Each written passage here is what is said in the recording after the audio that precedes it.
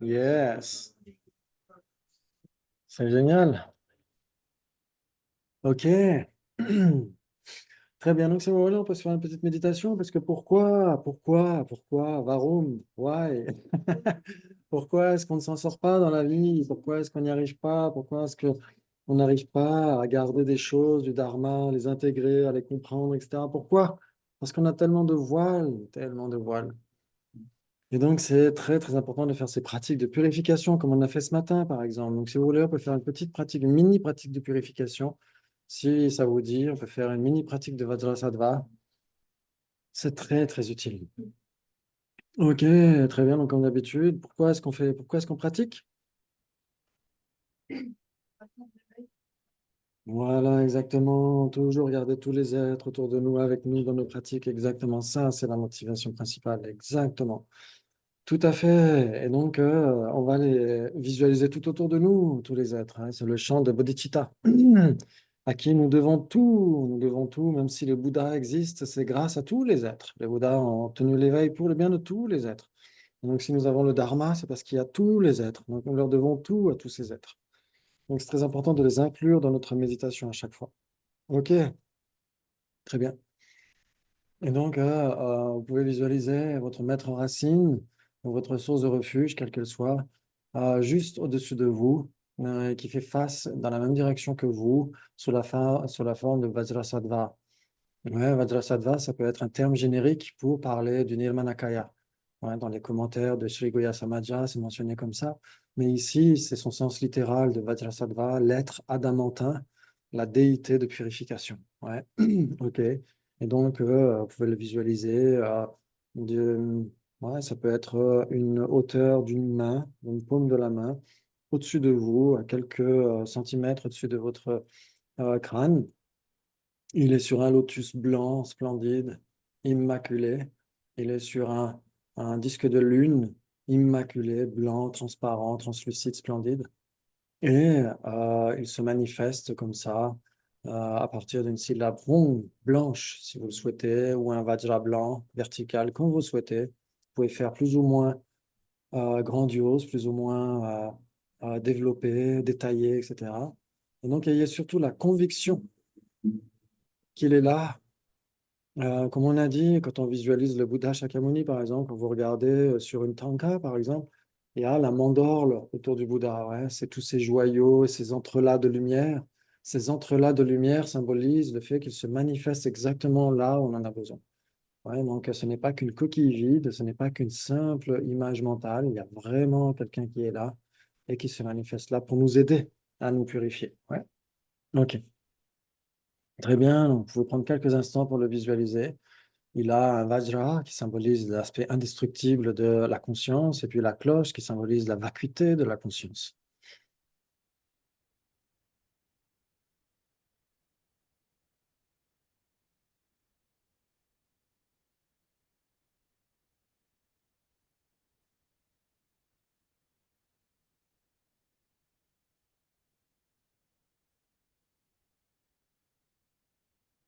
Et vous pouvez le visualiser en 3D, translucide, comme un hologramme.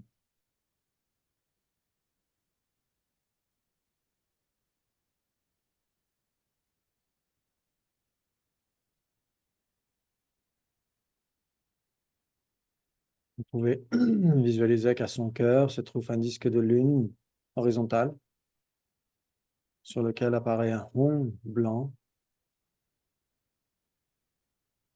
vertical qui peut être au centre d'un vajra si vous le souhaitez. Et sur la périphérie du disque de lune, il est 100 syllabes. Ouais, vous pouvez visualiser comme une guirlande de lumière blanche, splendide.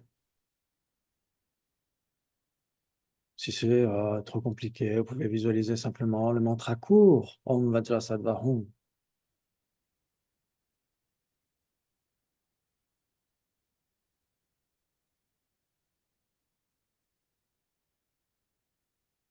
Et donc, on pourra, pendant quelques instants, méditer sur sa purification. Si vous connaissez le mantra long, c'est très bien, sinon, c'est pas grave. Juste le mantra court, Om Vajrasattva Hum. Et pendant cette récitation mentale, vous pouvez visualiser plusieurs façons de vous purifier, vous et tous les êtres. Ouais, vous pouvez visualiser que les négativités, les souillures sont expulsées par le bas et vont être totalement consumées dans les entrailles de la terre. Ou vous pouvez visualiser que vous êtes comme une bouteille qu'on remplit et donc les souillures remontent vers le haut et elles sont totalement dissoutes dans l'espace autour de vous. Ou vous pouvez visualiser la méthode soudaine comme un laser blanchâtre magnifique qui, dès qu'il est allumé, dissout l'obscurité. Donc, vous pouvez faire comme vous voulez, vous pouvez alterner une méthode avec une autre, comme vous voulez.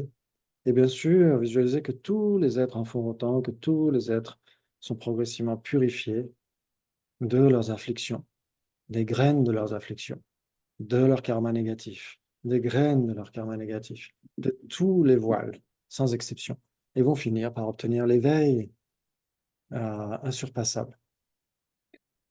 Et donc, si vous le souhaitez, vous pouvez réciter le mantra long. Si vous le souhaitez, vous pouvez réciter le mantra court. Dans les textes tantriques, il est mentionné que les syllabes Vajra sont récitées sans son. Donc, il y a des pratiques de récitation mentale. Essayez de voir si ça marque plus votre esprit. Donc, on peut faire ça pendant quelques instants si vous le souhaitez.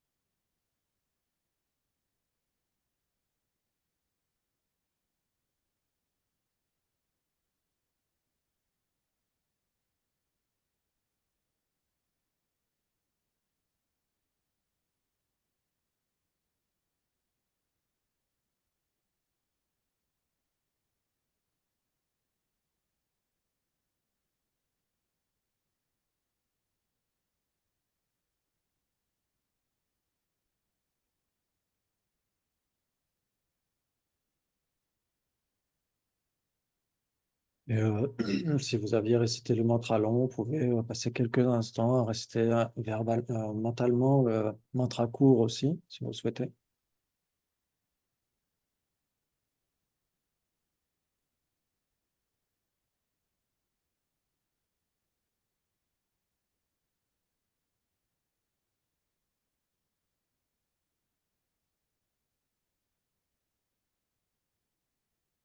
Et vous pouvez essayer de ressentir le soulagement du fait que toutes les négativités, tous les actes malsains, leurs graines, etc., tout ça, ça glisse sur notre nature fondamentale. Ça n'appartient pas foncièrement à la nature de notre esprit.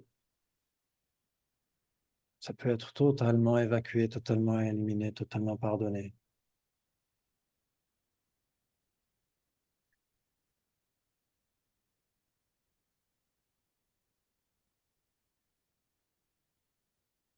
Et vous pouvez visualiser que c'est le cas pour tous les êtres, bien sûr.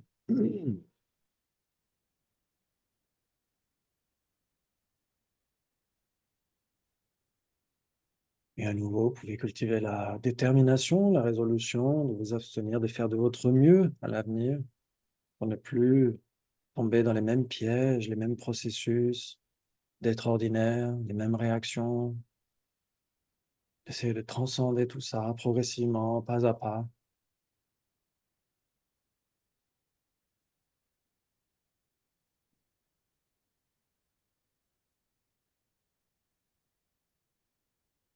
Notre gourou Vajrasattva était extrêmement satisfait par cela. Ils font dans une lumière cristalline, splendide, de félicité et vacuité. Et pour renforcer, et stabiliser et bénir notre attitude et celle de tous les êtres, vient se fondre en nous comme un flocon à la surface d'un lac.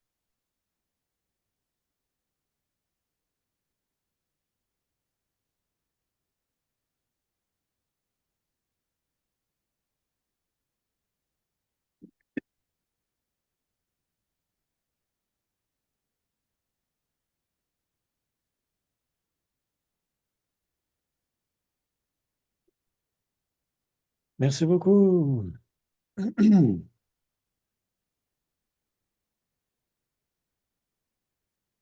Ok. Donc, de quoi est-ce qu'on a parlé ce matin?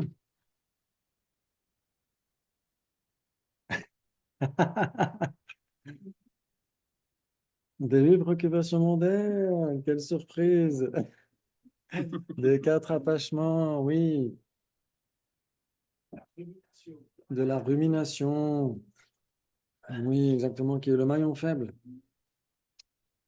Exactement. De la relativisation, exactement, qui est l'antidote. Oui, de l'analyse de la situation.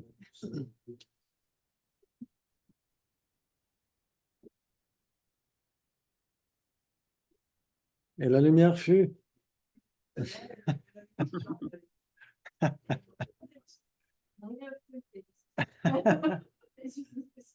Oui, très bien, donc on a parlé de tout ça.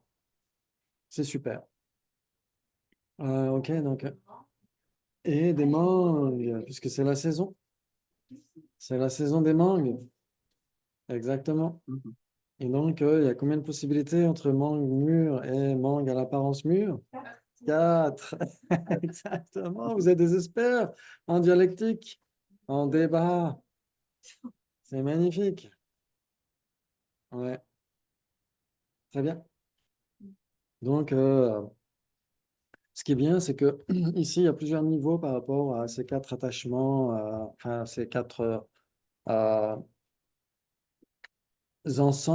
ensembles de préoccupations mondaines, ouais, le plaisir et le déplaisir, les compliments et la critique, la bonne réputation et la mauvaise réputation, et puis le gain et la perte, oui.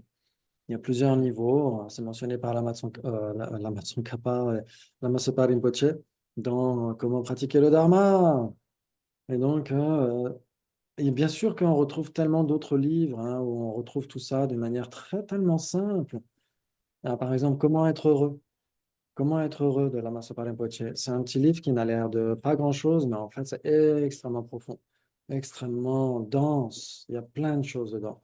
Des fois, euh, des fois, on se dit oui, il faut étudier les textes classiques, etc., ce qui est très bien, bien sûr, mais aussi certains enseignements qui vulgarisent un petit peu tout ça, ça peut faire beaucoup de bien. Moi, je les appelle les enseignements feel good teachings, comme quand le chocolat vient à manquer, de la maïché aussi. Waouh, ça fait tellement de bien. Ou make your mind an ocean. Ouais, faites de votre esprit un océan. Waouh, ça fait tellement de bien. Il y a des fois, si on se sent pas un peu, on se sent un peu dans le creux de la vague. Juste de prendre ce type de livre-là, et rien que comme ça, se plonger dans le texte, sans nécessairement chercher à comprendre tous les détails, mais juste se laisser infuser de ces enseignements, ça fait tellement bien. Ok. Et donc, à un moment donné, justement, dans Comment pratiquer le Dharma, il mentionne la Tsongkhapa, il dit que sur la base d'un enseignement de Pabongka Rinpoche, qui disait que la Tsongkhapa avait transcendé les préoccupations mondaines noires, les préoccupations mondaines grises ou mélangées et les préoccupations mondaines blanches. C'est beau ça. Qu'est-ce que ça veut dire? Qu'est-ce que ça veut dire? Ouais, les préoccupations mondaines noires, et ben, c'est juste les préoccupations mondaines toutes seules. C'est-à-dire, on est obsédé par cette seule existence, on veut des biens, on veut que du confort, on veut que des compliments, que des louanges, que de la bonne réputation, etc. Ça, c'est des dharmas mondains purs et durs. OK. Et ensuite, on pourrait se départir de ces dharmas mondains, de ces préoccupations mondaines, mais avec quand même l'égocentrisme. Ça peut arriver. Ouais, par exemple, on peut trouver parfois des occasions où on veut faire bien, etc. Et malgré tout, on n'est pas nécessairement dans la compassion, mais dans une forme de détresse empathique. Ouais, ça veut dire que, par exemple, si vous regardez dans Plaidoyer pour l'altruisme de Mathieu Ricard, il parle de ça. Il parle du burn-out émotionnel. Ouais, il dit que dans les milieux prosociaux, par exemple, chez les profs, etc., il y a beaucoup de burn-out. Pourquoi? Parce qu'ils ne s'investissent pas émotionnellement, dans le sens, ils n'accompagnent pas avec la compassion. C'est plutôt de l'empathie. Ouais, dans certaines formations, hélas, des milieux prosociaux, on dit aux gens, ne vous impliquez pas émotionnellement. Restez à distance. Et en fait, c'est ça le problème. C'est pas la solution. C'est le problème. Ça veut dire qu'on est dans un constat froid et glacial de la souffrance de l'autre et on va vouloir aider l'autre pour ne pas avoir à supporter le spectacle de sa souffrance. Donc, vers qui s'est tourné? Vers soi-même. Et donc, ça peut engendrer une forme de détresse empathique et qui va finir sur le burn-out émotionnel. Alors que la compassion, c'est totalement différent. La compassion, c'est pleinement accompagner l'autre, se mettre à la place de l'autre, etc. Ce ne sont pas les mêmes aires du cerveau qui s'activent. C'est très, très différent. Il est impossible de développer du burn-out avec la vraie compassion, avec bodhicitta. Impossible. Ouais. Donc, on peut parfois vouloir aider les autres, mais c'est à cause d'une forme de détresse empathique. Et donc, on veut aider l'autre parce qu'on ne supporte pas soi d'avoir à être témoin de leur souffrance. Ouais. Il ne faut pas s'identifier ni s'approprier la souffrance de l'autre, c'est ça.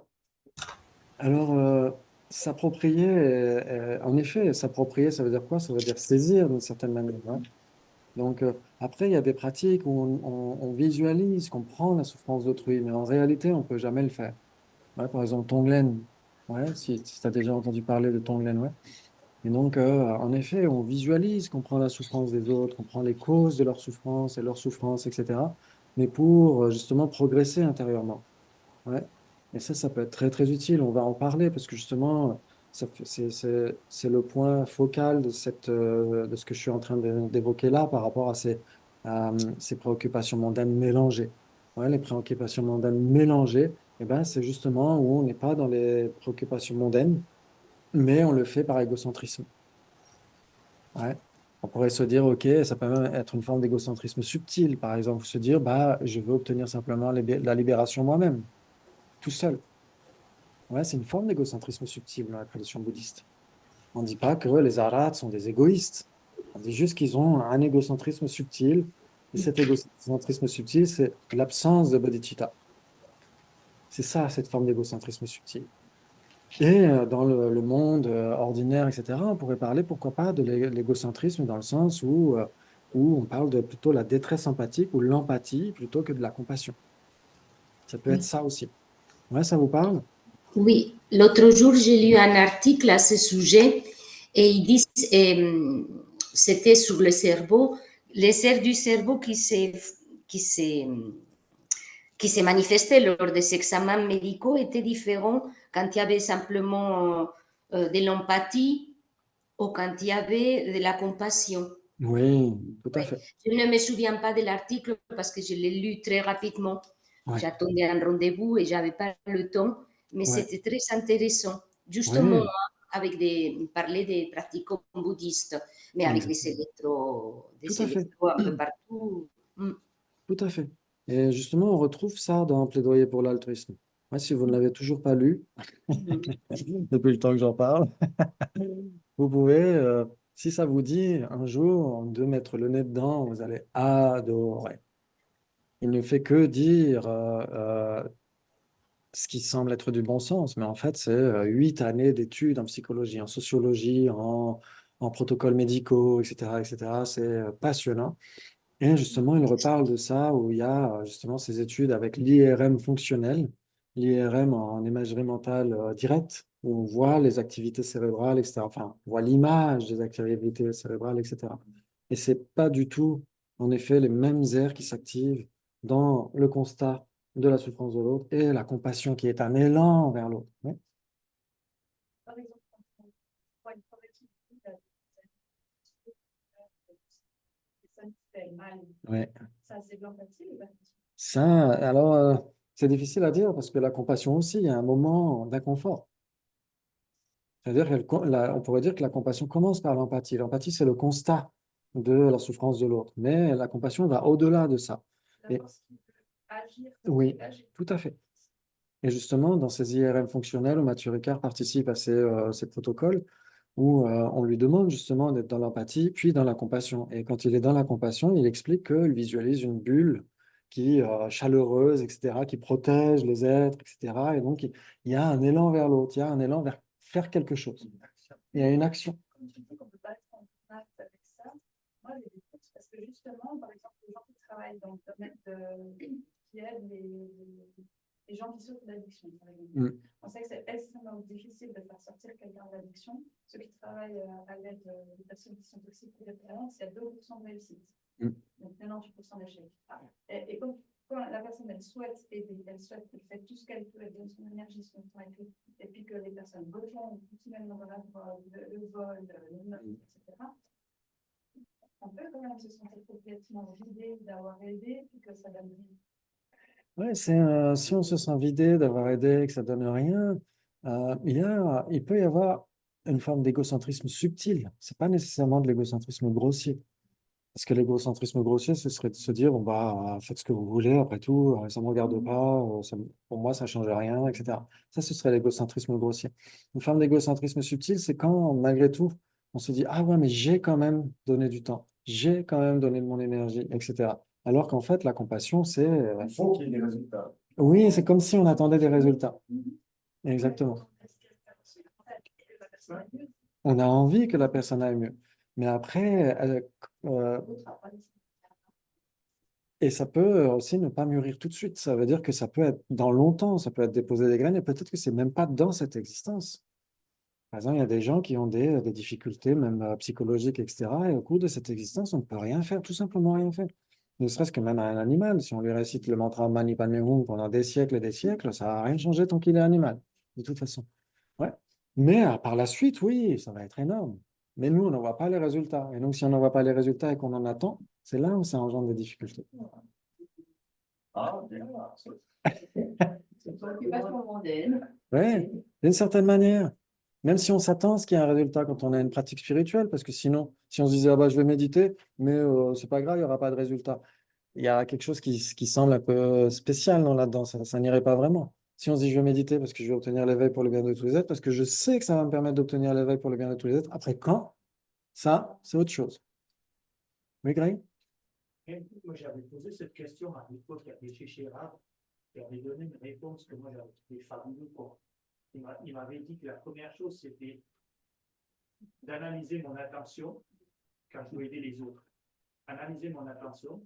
La deuxième chose, c'était de faire de mon mieux. Et puis la troisième, c'était de ne pas m'attendre à des résultats. Mais que si je mets tout ça ensemble, dans mon domaine, ça marche. Si je ne mets pas tout ça ensemble, au bout d'un moment, c'est ce que tu as dit. Ouais. Oui.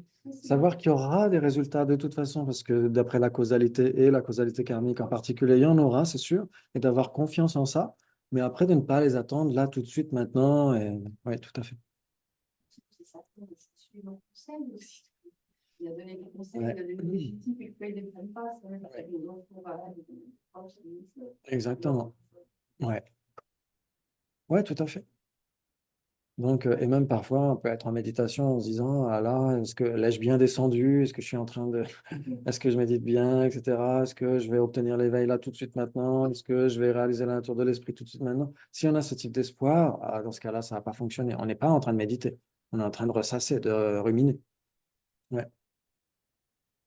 Donc ça, c'est important de faire cette distinction-là. Ouais. Donc ça veut dire que oui, en effet, on peut avoir une forme d'égocentrisme subtil.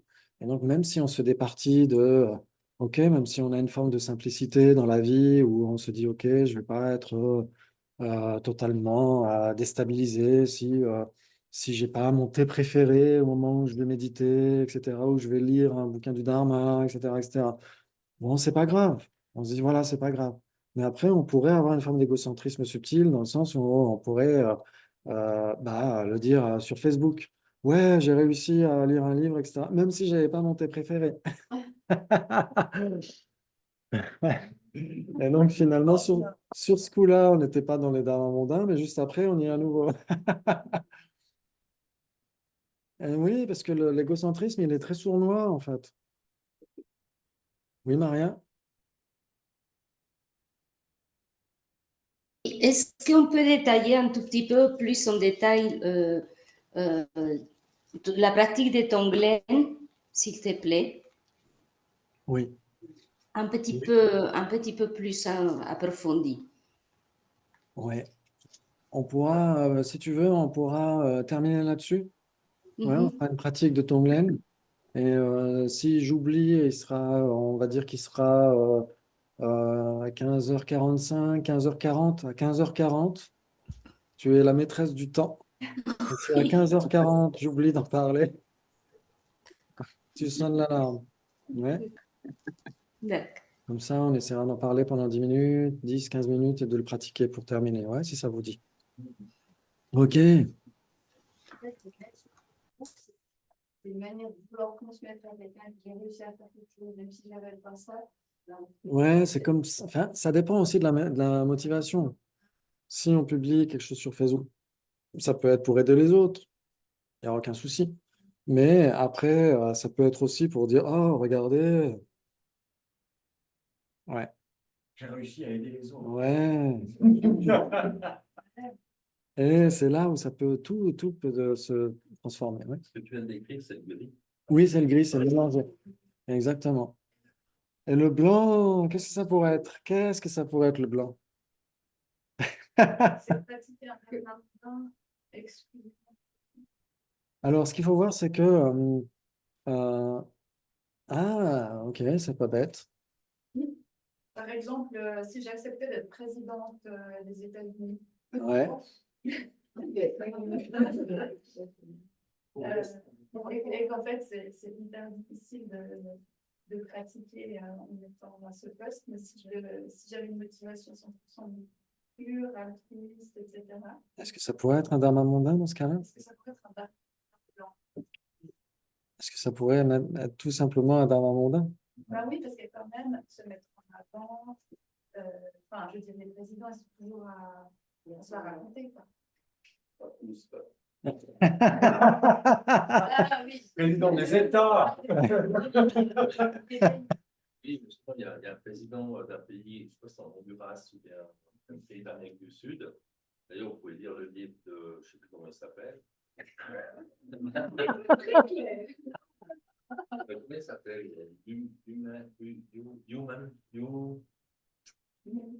Non, c'est un livre magnifique. Je te donnerai la référence. Un livre, parce que c'est vraiment sympa. C'est un livre avec des photos, mais aussi, je crois que c'est François Bertrand. Non, pas ça. Et puis, je sais plus. Et puis, en fait, ce président, il avait la possibilité, grâce à son statut de président, d'avoir un avion, un jet privé pour lui. Ben, il a refusé. Il a demandé que cet argent pour ce jet privé soit mis dans l'achat de 2 hélicoptères pour aller dans certains villages de son pays pour amener en fait des médicaments, pour amener des choses qui sont nécessaires au bien-être de son peuple. C'est génial. Donc, moi, ça, je trouve très beau. Parce que, alors, c'est pour ça que je me permets de dire, peut-être pas tous les présidents, mais c'est une minorité. Mais ouais, j'ai envie de m'accrocher un petit peu, de saisir un petit peu le fait qu'il existe quand même certains présidents qui mettent en mouvement le terme politique. Parce que politique, ça vient quand même de peuple. Oui, police, c'est la cité. Mais si je choisis de me faire élire pour remplacer un président actuel, sans citer de nom ni de l'attitude, c'est un karma, parce que je vois que le président actuel apporte plus de négatif que de positif, selon moi. C'est mon accent que je Ben, j'ai l'impression. J'ai l'impression. Après, tout dépend vraiment de la motivation. Mais c'est vraiment la motivation, c'est de se dire, OK, j'ai l'impression que je peux faire mieux que cette personne, etc. Que, en tout cas, je ne pourrais pas faire pire. Dans ce cas-là, oui, ça pourrait être ça.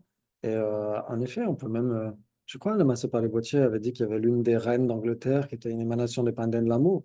Mais pourtant, elle avait mené des guerres, etc. Donc, il y avait, après, pourquoi pas, d'imaginer que parfois certains actes ou certaines activités sont mondaines parce que bah, c'est politique, etc. Mais en fait, non, le mondain, le pas mondain, ça dépend vraiment de la motivation. La couleur aussi. Et la couleur aussi. Blanc. Oui, exactement. Le blanc, c'est la motivation. Alors, oui, il y a quelque chose en plus. Oui, une pureté, mais par rapport à quoi?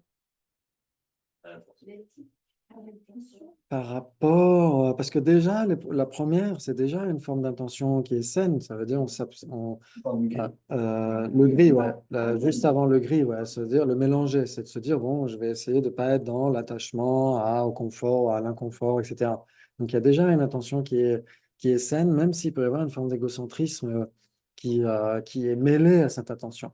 Mais les dharmas mondains blancs, c'est quand on s'abstient de ces dharmas mondains et qu'en plus, on n'a pas la saisie d'existence inhérente.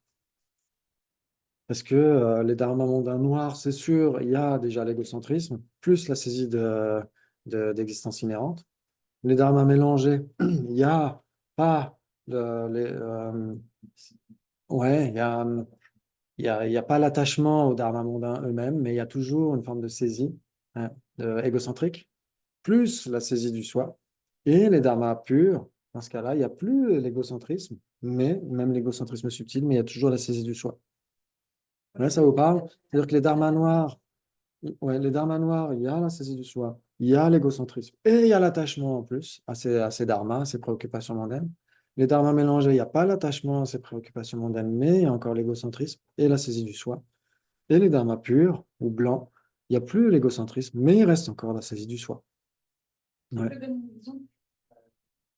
Ouais, ça veut dire qu'on peut en effet, bah, on peut tout à fait, comment dire, se départir de l'attachement par rapport à l'inconfort, par rapport au compliment, etc., etc., mais toujours saisir l'existence inhérente de la personne qui pratique ça.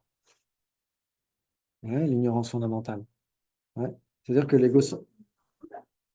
Alors, en fait, la saisie égotique, pas l'égocentrisme, mais la saisie égotique, elle existe, elle peut être éliminée avant l'éveil. Ouais. Par les arhats, par exemple. Les arhats, ils n'ont plus du tout de saisie d'existence inhérente de qui que ce soit, de quoi que ce soit, d'eux-mêmes, etc. Et les Arya Bodhisattvas, c'est pareil, les Arya Bodhisattvas. Ouais, ils n'ont plus ils peuvent ne plus avoir de saisie manifeste, la saisie acquise, etc. Donc ça, c'est sûr, ils n'ont plus la saisie acquise. Et vers le 7e bhumi, 8e bhumi, ils n'ont plus du tout de saisie innée de l'existence inhérente, avant même l'éveil. Une ère cosmique avant l'éveil. Oui.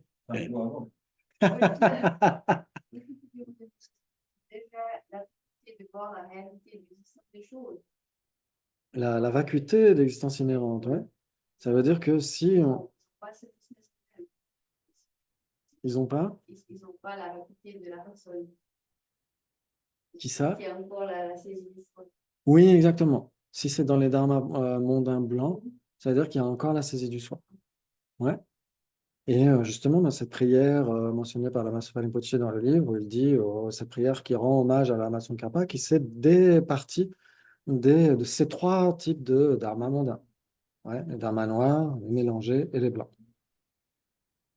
Ouais, ça veut dire que non seulement c'est des parties de l'attachement à ces quatre ou à ces huit, on pourrait dire, mais en plus de l'égocentrisme et en plus de la saisie du soi. C'est génial ça, non? Cachez votre joie.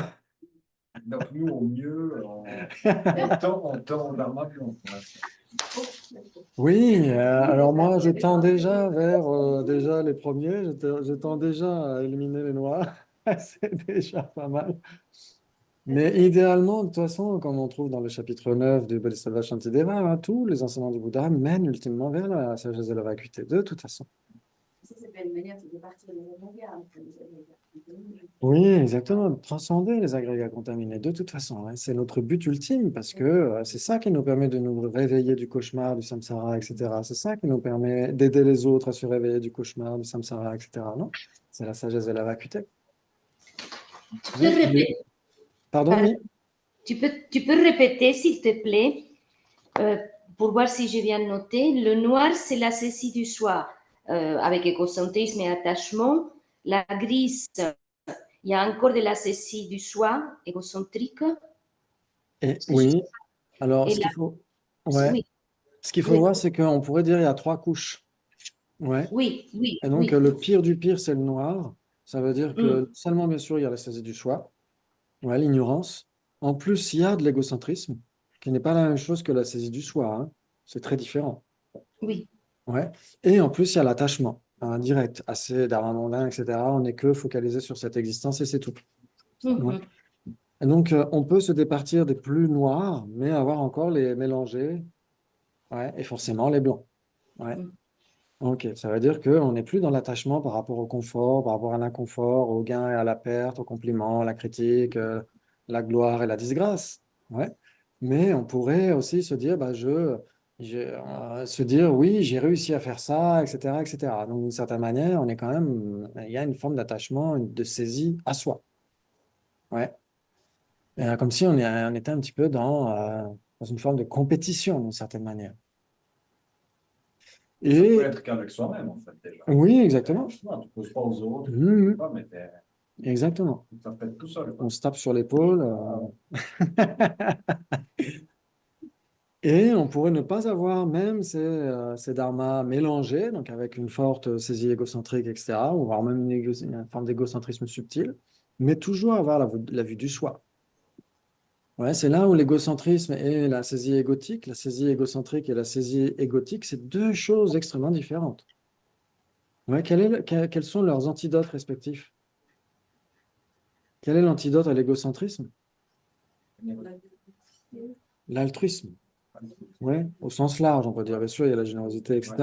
Mais au sens large, c'est l'altruisme. Ouais, dans égocentrisme, c'est soi. Altruisme, il y a l'autre. Ouais. Donc, c'est l'antinomie, l'altruisme. Vous êtes d'accord par rapport à l'égocentrisme. Et quel est l'antidote à la saisie égotique, à la saisie du soi? La vue de la vacuité. Donc, du point de vue des antidotes, on voit que c'est extrêmement différent. Même si, quand on en parle, quand on dit le moi, le je, l'ego, etc., parfois c'est un peu flou. Mais quand on comprend bien ce que veut dire ces deux trucs, ces deux démons, la saisie égocentrique et la saisie égotique, quand on comprend leurs antidotes respectifs, on voit que ce sont deux choses totalement différentes. Ouais. Donc, bien sûr, à terme, c'est d'aller vers, bien sûr, le meilleur. Ça veut dire aller jusqu'à se départir même de l'égocentrisme et de se départir de la saisie égotique. Ouais. Il y a vraiment une situation, il y a quelqu'un qui se trouve dans une situation spécifique. Il y a une voiture, je vais prendre un sandwich. Moi, je suis une voiture, tout le monde s'en va. En fait, j'avais le garage, je me suis dit que c'était comme un poulet pauvre, une part de départ. J'ai dit, c'est connu, c'est une voiture. j'ai réalisé à quel point il y avait un attachement à la voiture Mhm. et qu'on me dise que c'était une époque. Oui. Et je me rappelle, je m'étais dit, waouh. Mhm. Alors que j'avais pas, tu vois, j'avais pas ce sentiment-là. Mhm, tout à fait. Donc c'est subtil aussi, quoi. Exactement. Et donc c'est à moi. Ouais, ouais, exactement. Et dans la saisie égotique, il y a aussi la saisie du moi et la saisie du mien aussi. Ouais. Donc, c'est aussi une autre chose. Ouais, la saisie du mien, exactement. Des fois, on la confond avec la saisie des phénomènes, ouais, du soi des phénomènes. Ok. Ouais, c'est que si on a la saisie du soi des phénomènes, ça veut dire qu'on considère les agrégats comme existant en soi, etc., ou la tasse, etc., comme existant en soi, etc. Mais ça, c'est l'objet d'observation, ce sont les phénomènes autres que la personne. Ouais. Et si on parle de la saisie du mien, ça veut dire qu'on considère quelque chose comme mien, et c'est le mien lui-même qui va être saisi comme existant de manière inhérente. Pas l'objet qui est mien, mais le mien lui-même. Comment dire, cette notion de mien. Ouais, exactement. Parce que le mien et le moi, c'est pas la même chose. Ouais. Pour son exemple, le lien, ça serait côté émotionnel. Parce que ta voiture, c'est pas une étape. Bah, c'est un phénomène. J'étais vraiment surprise. Oui, parce que ce qu'il faut voir, c'est que phénomène, dharma en sanskrit, ça veut dire n'importe quel existant. Exactement. C'est-à-dire que nous sommes des existants, donc nous sommes des phénomènes. Ouais, mais quand on parle de la saisie du soi des personnes et la saisie du soi des phénomènes, ce sont les phénomènes autres que les personnes. Voilà. Ah, Mais Parce c'est que un les peu le personnes, principe, sauf qu'on on sort la personne. c'est c'est le tout. mode d'existence de l'objet ou de la personne. oui, exactement. Ouais, exactement. Quand on dit la saisie du soi des phénomènes, la saisie du soi de la personne, etc., c'est comment est-ce qu'on considère le mode d'existence des phénomènes ou de la personne. Oui, ou des phénomènes autres que la personne et la personne. Parce que la personne est un phénomène. Ouais, c'est ça. C'est d'abord que la personne pour après arriver à voir la vérité de Dieu. Alors, de l'objet des phénomènes, oui. Alors, ce qu'il faut voir, c'est que dans notre psychologie, ce qui se passe, c'est que si on saisit le soi de la personne de manière manifeste, c'est qu'à la base, il y a la saisie du soi des phénomènes, de nos agrégats, de mon corps, mes sensations, mon esprit, etc., etc. Ouais. Et c'est surtout les phénomènes qui sont en dépendance desquels on impute la personne. Ouais, la base d'imputation de la personne, c'est surtout de cela qu'il s'agit. Ouais. Et donc, c'est qu'on a nécessairement la saisie instinctive du soi des phénomènes. C'est ça qui va engendrer une saisie manifeste du moi. Ouais. Mais quand on médite, quand on veut régler le problème, quand on veut guérir de ça, on commence par comprendre la saisie, l'absence d'existence inhérente du moi. Ouais. Et ensuite, on va pas s'arrêter à ça, mais aller jusqu'à comprendre l'absence d'existence inhérente des agrégats. Parce que si on ne fait pas ça, eh ben, il y aura la saisie qui va revenir à la vitesse d'un cheval au galop. Ouais, c'est ce que dit Ariana Gajuna, ouais, dans le Ratnavali. Skanda graho yavadasti tavadevaha mitiyapi. Dès l'instant où il y a la saisie du soi des agrégats, il y aura la saisie du soi de la personne. Parce que les agrégats sont la base d'imputation de la personne. Et donc, si on comprend le non-soi de la personne et qu'on s'arrête là, on va à nouveau saisir le soi de la personne. Dès l'instant où on va saisir la base d'imputation de la personne. Et donc, il faut laisser aucune trace de saisie. La saisie du mien, elle entre dans la saisie du moi. C'est ça qui est intéressant. Elle n'entre pas dans la saisie du soi des phénomènes, elle entre dans la saisie du moi, du moi lui-même, de la personne. Ouais. Donc ça, on aura le temps d'en reparler parce qu'on aura tout un thème sur la vacuité. On va s'éclater. On va apporter le paracétamol en même temps. Oui, d'une certaine manière, mais ce qu'il faut voir, c'est que quand en tout cas dans les textes mentionnés comme ça, quand on parle de la vue du destructible ou la vue égotique, etc., c'est qu'elle est double. C'est-à-dire qu'on se considère soi-même comme existant de manière inhérente et on se considère le sien comme existant de manière inhérente, ce qui est notre possession, sans tenir compte nécessairement de ce qui est possédé. Parce que ce qui est possédé, c'est un phénomène. Ce serait la saisie d'un soi des phénomènes. Si on dit, j'ai pas ma tasse, Si je suis obsédé par ma tasse et que je la considère comme existant de manière absolue, comme géniale, de manière absolue, etc., là, ça va être la saisie d'un soi des phénomènes. Et si je saisis le mien, cette tasse qui est mienne, moi, à moi, ouais, mienne, et que je considère mienne comme existant de manière inhérente, ce lien de possession de manière inhérente, c'est ça la saisie du mien. Mais il y a des débats là-dessus. Il y en a qui vont dire, ah oui, mais puisque ce n'est pas la saisie du moi, c'est nécessairement la saisie d'un phénomène autre que le moi. Donc il y a des débats là-dessus. C'est pour ça que c'est compliqué. Mm. Mais en général, c'est surtout voilà, comment est-ce qu'on se considère soi-même, comment est-ce qu'on semble exister, etc. Ouais. Et comment est-ce que les autres phénomènes, comment les autres personnes semblent exister. Ouais. Si on est chatouilleux parce que quelqu'un nous fait une critique, c'est parce que de toute façon, il y a déjà la saisie du soi quelque part. De toute façon. Si on est là dans l'exaltation parce que quelqu'un nous fait un compliment, etc., c'est qu'il y a nécessairement la saisie du soi quelque part. Nécessairement. Idéalement, c'est à chaque fois de pouvoir relativiser, de ne pas tenir compte de ça d'une manière absolue, etc. On peut se réjouir que les gens soient capables de remarquer des qualités chez quelqu'un, que ce soit nous ou quelqu'un d'autre, hein. Se réjouir de ça, mais sans saisir cela.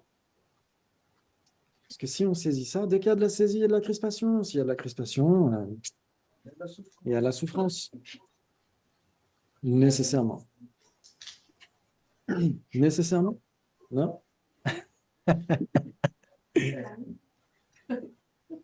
Donc ça, c'est très, très important. Ouais, il y a...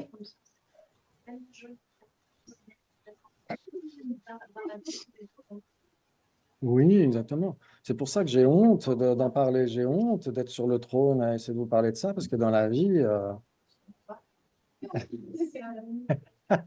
Donc j'ai une mini honte.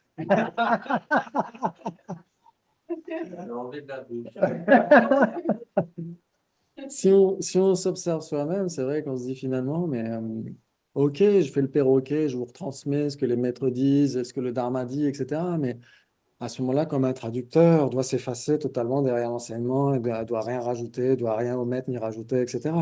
Et donc dans ce cas-là, ça va. Dans ce cas-là, comme un traducteur automatique, il va pas dire, ah ben moi je pense que tu devrais.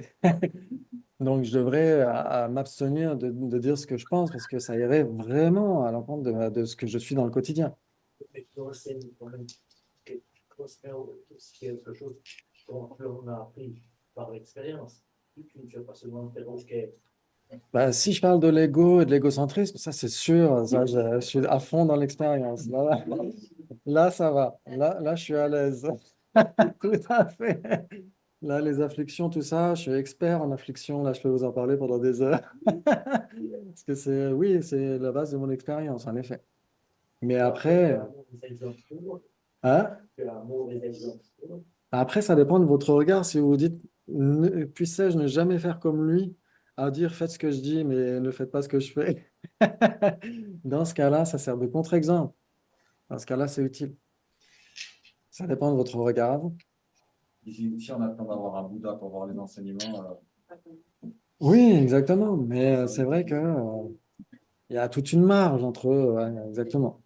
Mais c'est là où justement on doit faire vraiment chacun son propre examen intérieur et se dire, OK, jusqu'à quel point ce que j'ai dit est en accord avec la réalité, avec ma vie, etc. Ça, c'est très, très important. Très, très important. C'est ça la pratique. Ouais. D'ailleurs, ils le disent dans le Lamrim, le Dharma, le Lamrim, c'est comme un miroir qui nous montre où est-ce qu'on en est. Ouais. Dans quelle étagère? Où vais-je? Où cours-je? OK, très bien. Non, ça marche pas.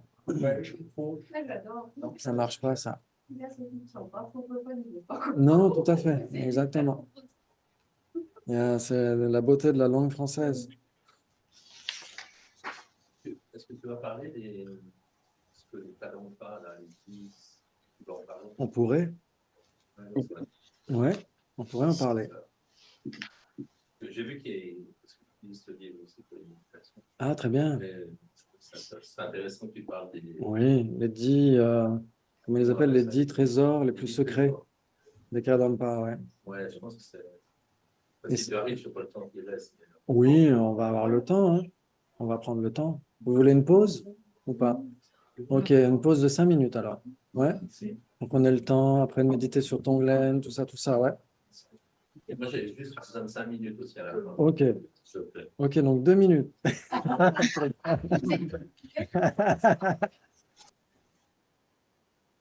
Très bien. Ok, très bien. Donc, alors bien sûr, quand on parle d'une pratique quotidienne, on s'attend certainement à ce qu'on parle de tous les jours, faire un autel, faire les prosternations, l'offrande de mandala, etc. Forcément, on s'attend à ça. J'ai délibérément pris le contre-pied de ça. Ouais. Vous vous en êtes rendu compte? Parce que plusieurs fois, j'ai entendu les enseignants dire ça. C'est pas ça la pratique, c'est pas ça la pratique, c'est pas ça la pratique. La Madame Domba le disait lui-même. Ouais, si vraiment on essaye de faire attention à son esprit, prendre soin de son esprit, qu'est-ce qui se passe dans notre esprit? À ce moment-là, oui.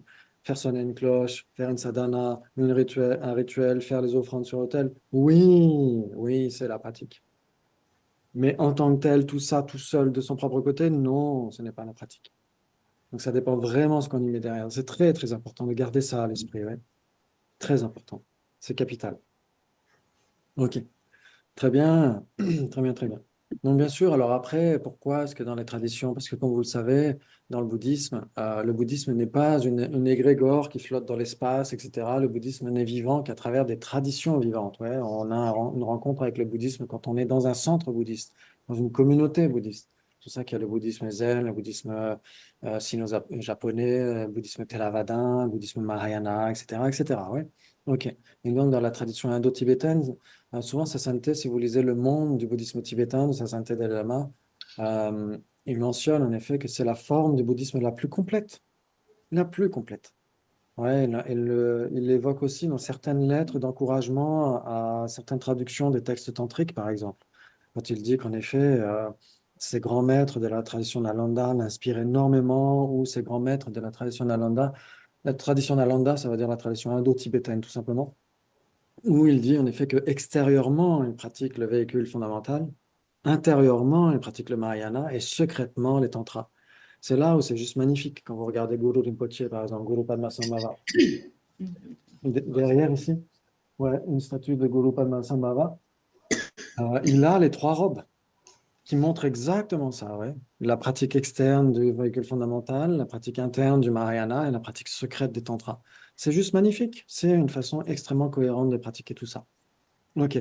Et donc, puisque c'est la forme de bouddhisme la plus complète, etc., il y a les pratiques tantriques, ça, vous vous êtes forcément rendu compte de ça. Donc, ce sera dans le dernier module, je crois, où on verra tout ça. Et donc, il y a beaucoup de mélanges avec le tantra et avec le lamrim, le tantra avec les pratiques des offrandes, etc., etc. C'est tout à fait normal.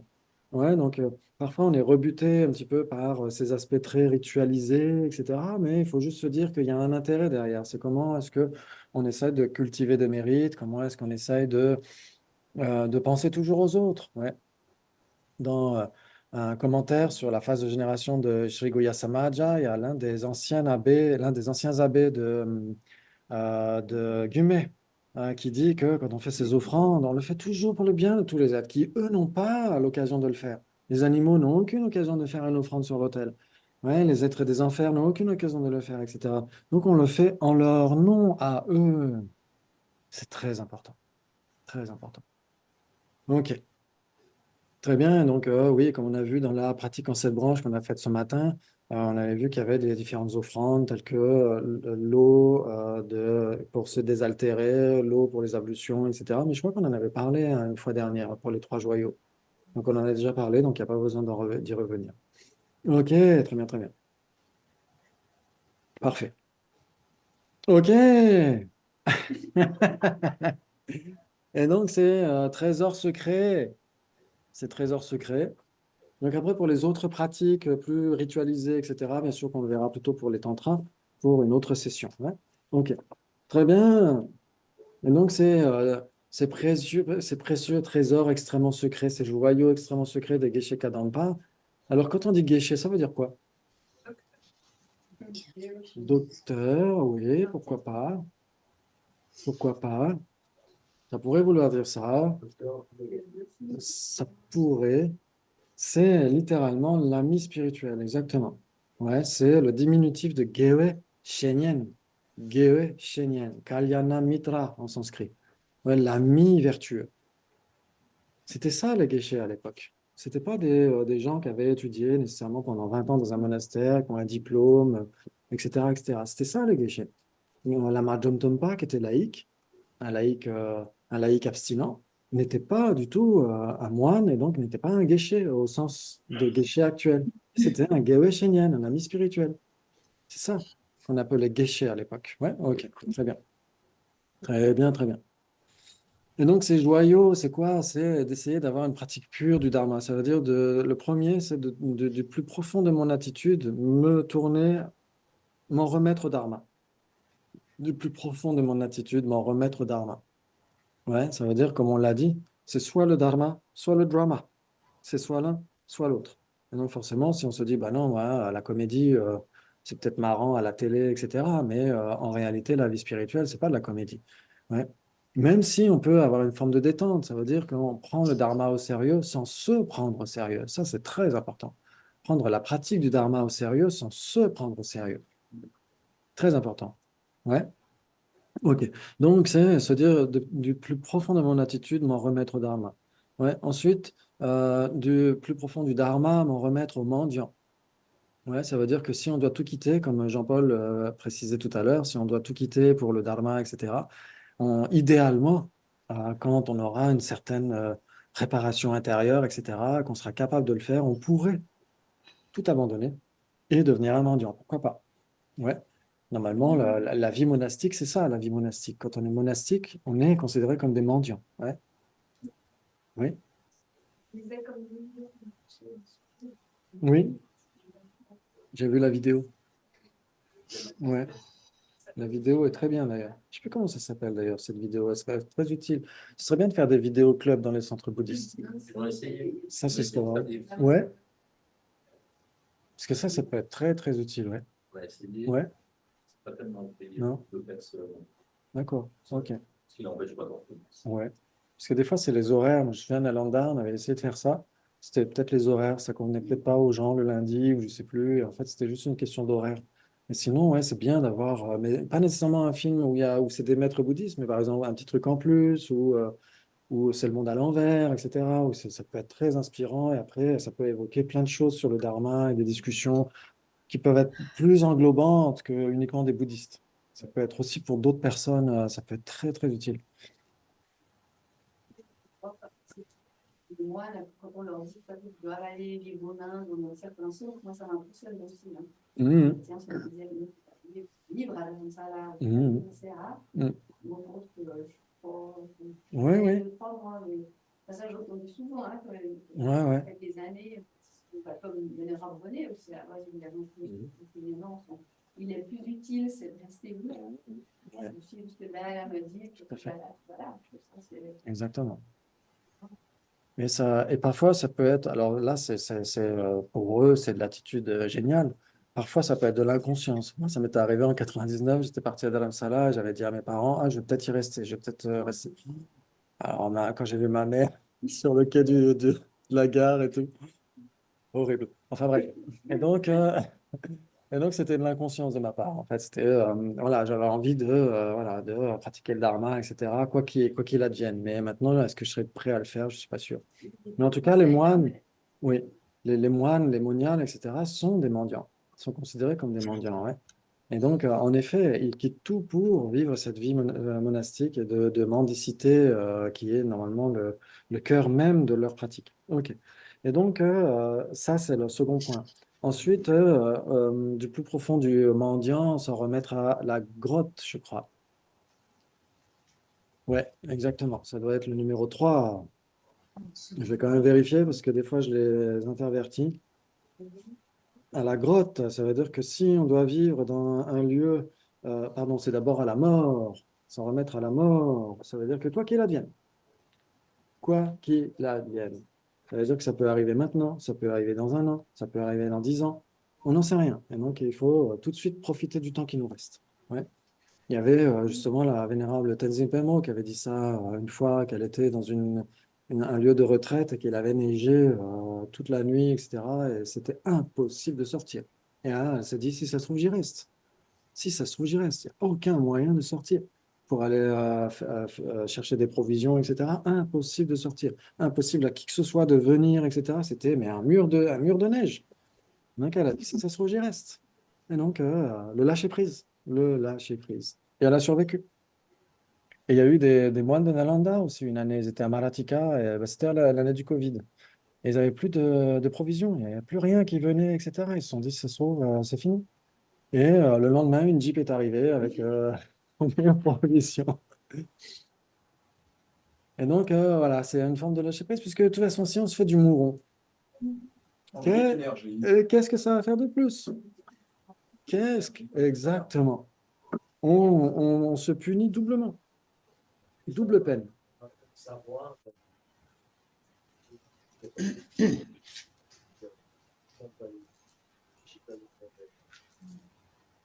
Oui, c'est là où, qu'est-ce qui fait la différence entre la théorie et l'expérience? C'est la pratique. C'est la pratique qui passe de la théorie à l'expérience. Au début, on est tous là, on se dit, bah oui, on le sait, ça, tout le monde le sait, que ça sert à rien de se faire du mouron quand on va mourir, parce qu'on se punit doublement. Mais entre le savoir et le vivre en réalité, il y a tout un monde. Et ce monde est traversé grâce à la pratique. Ouais. Donc c'est pourquoi il faut pratiquer, pratiquer, pratiquer. Ça, c'est très, très important. Ok, très bien. Donc ça va mettre à la mort, quoi qu'il advienne.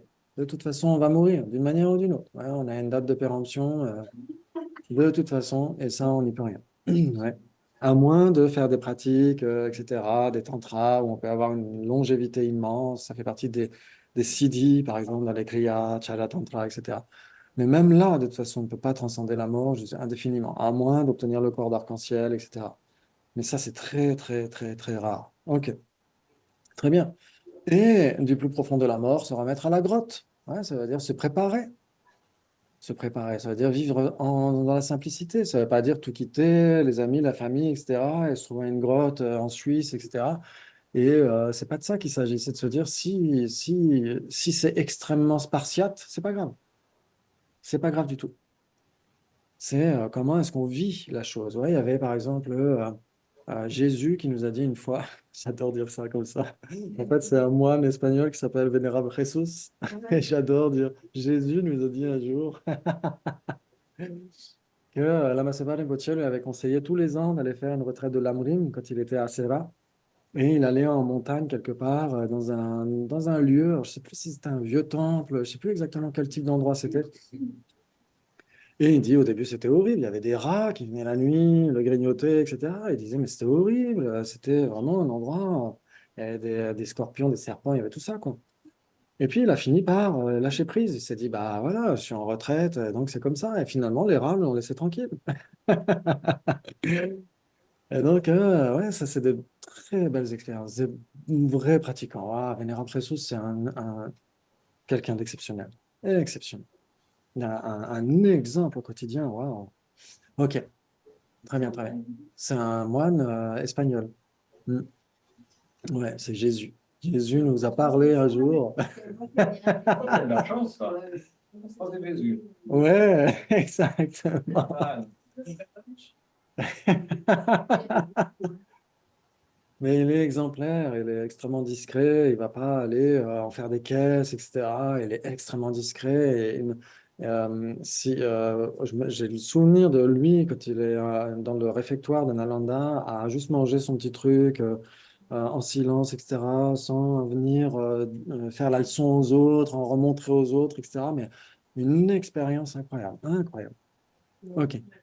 Hein? Je crois qu'il est en Espagne, je suis pas sûr. Je suis pas sûr. Hmm. Ok. S'en remettre à la grotte. Très bien. Ensuite, il y a le Vajra non capturé. Ouais, le Vajra non capturé, c'est ce qu'on disait. Ça veut dire que si on doit aller faire une retraite d'un week-end et qu'on a le mari ou la femme ou les parents, les enfants, etc., qui nous disent ah bah non, tu devrais. Alors après, ça dépend du contexte à chaque fois. Faites attention, hein, c'est jamais des injonctions, etc. Vous êtes des mauvais pratiquants si vous restez avec la famille. Pas du tout. Ouh là là.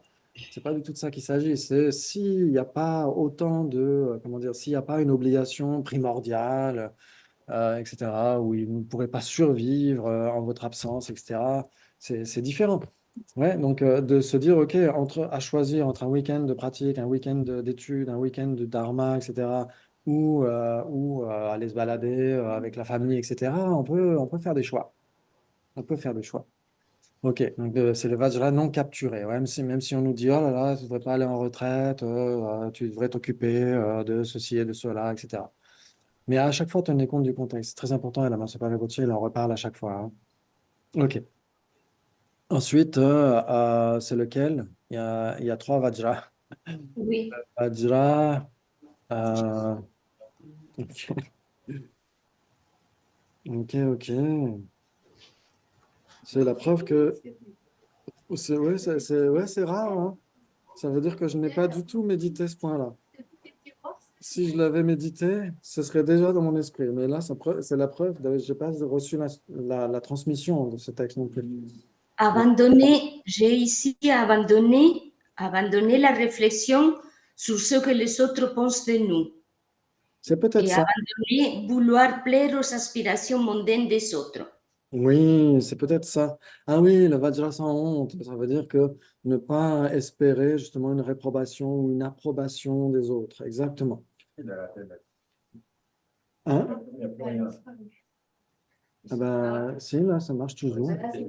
Ah, c'est peut-être la télé, oui. Le Vajra sans honte. Et puis, le commentaire, c'est Alors, le commentaire, c'est justement de ne pas rechercher l'approbation, la relation de ses maîtres, etc. Le deuxième vajra consiste, selon le Vajrasattva, le vajra capturé en est le préliminaire. Non seulement nous avons la détermination de nous rendre dans un endroit isolé, de pratiquer malgré les supplications de notre famille et de nos amis, mais maintenant nous passons à l'acte. Toutefois, après avoir renoncé à cette vie et être devenu un mendiant, sale et affamé, sans vêtements, le Vajra sans honte.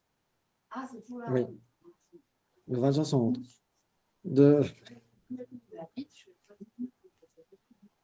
Quand les gens nous voient dans la rue, ils se plaignent de notre allure nonchalante et bizarre, nous critiquent pour notre apparence, notre mode de vie, notre façon de penser, etc. Ils se plaignent de nous, etc. Ça veut dire n'avoir aucun intérêt par rapport à ce que pensent les gens, tout simplement. On sait que c'est la pratique qui nous convient, qui nous permet euh, de progresser, etc. Ouais. Ok. Donc, c'est le Vajra sans honte. Ouais. Ok. Et ça, c'est intéressant parce qu'on pourrait se dire, ok, les dharmas mondains par rapport aux compliments et aux critiques, il y a aussi ce qu'on avait dit dans les vœux de Bodhisattva, c'est on fait une entorse à nos vœux de Bodhisattva si on ne cherche pas à tenir compte de ce que pensent les autres, ouais, de faire attention à la réputation. Ouais, dans ce cas-là, c'est pour accomplir le bien d'autrui. Ouais, donc, c'est là où il faut faire attention. C'est pas la même chose. Quand là, on est dans ah ouais, je veux pas être critiqué, etc. Là, c'est toujours tourné autour de moi. Ouais, donc ça n'a rien à voir. Alors que pour les bodhisattvas, si quelqu'un essaye de rabaisser leur réputation, ça pourrait être très dommageable dans le fait qu'ils puissent transmettre le dharma. Donc c'est pourquoi elles doivent réagir contre ça. Ouais. Et Ok. là, juste si les personnes se plaignent de toi parce que tu sens mauvais, que ça va pas, voilà, mais est-ce que tu ne crées pas des négativités chez les gens? Alors ça dépend.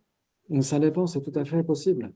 C'est tout à fait possible. Par exemple, quand on avait ces formations pour être moine au monastère, etc., où on se posait la question, on se disait, est-ce qu'il faut garder les robes même dans un lieu où les gens pourraient avoir des sales empreintes en se disant, mais c'est qui ces gens-là, etc.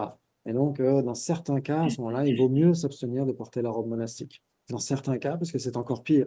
Ouais, surtout en Occident, où les laïcs ne sont pas nécessairement éduqués dans le sens, on ne leur donne pas nécessairement. Alors, dans les centres, c'est différent, mais en général, les gens ne savent pas comment se comporter avec les moines, etc., ou les moniales, et donc ils peuvent engendrer des négativités malgré eux.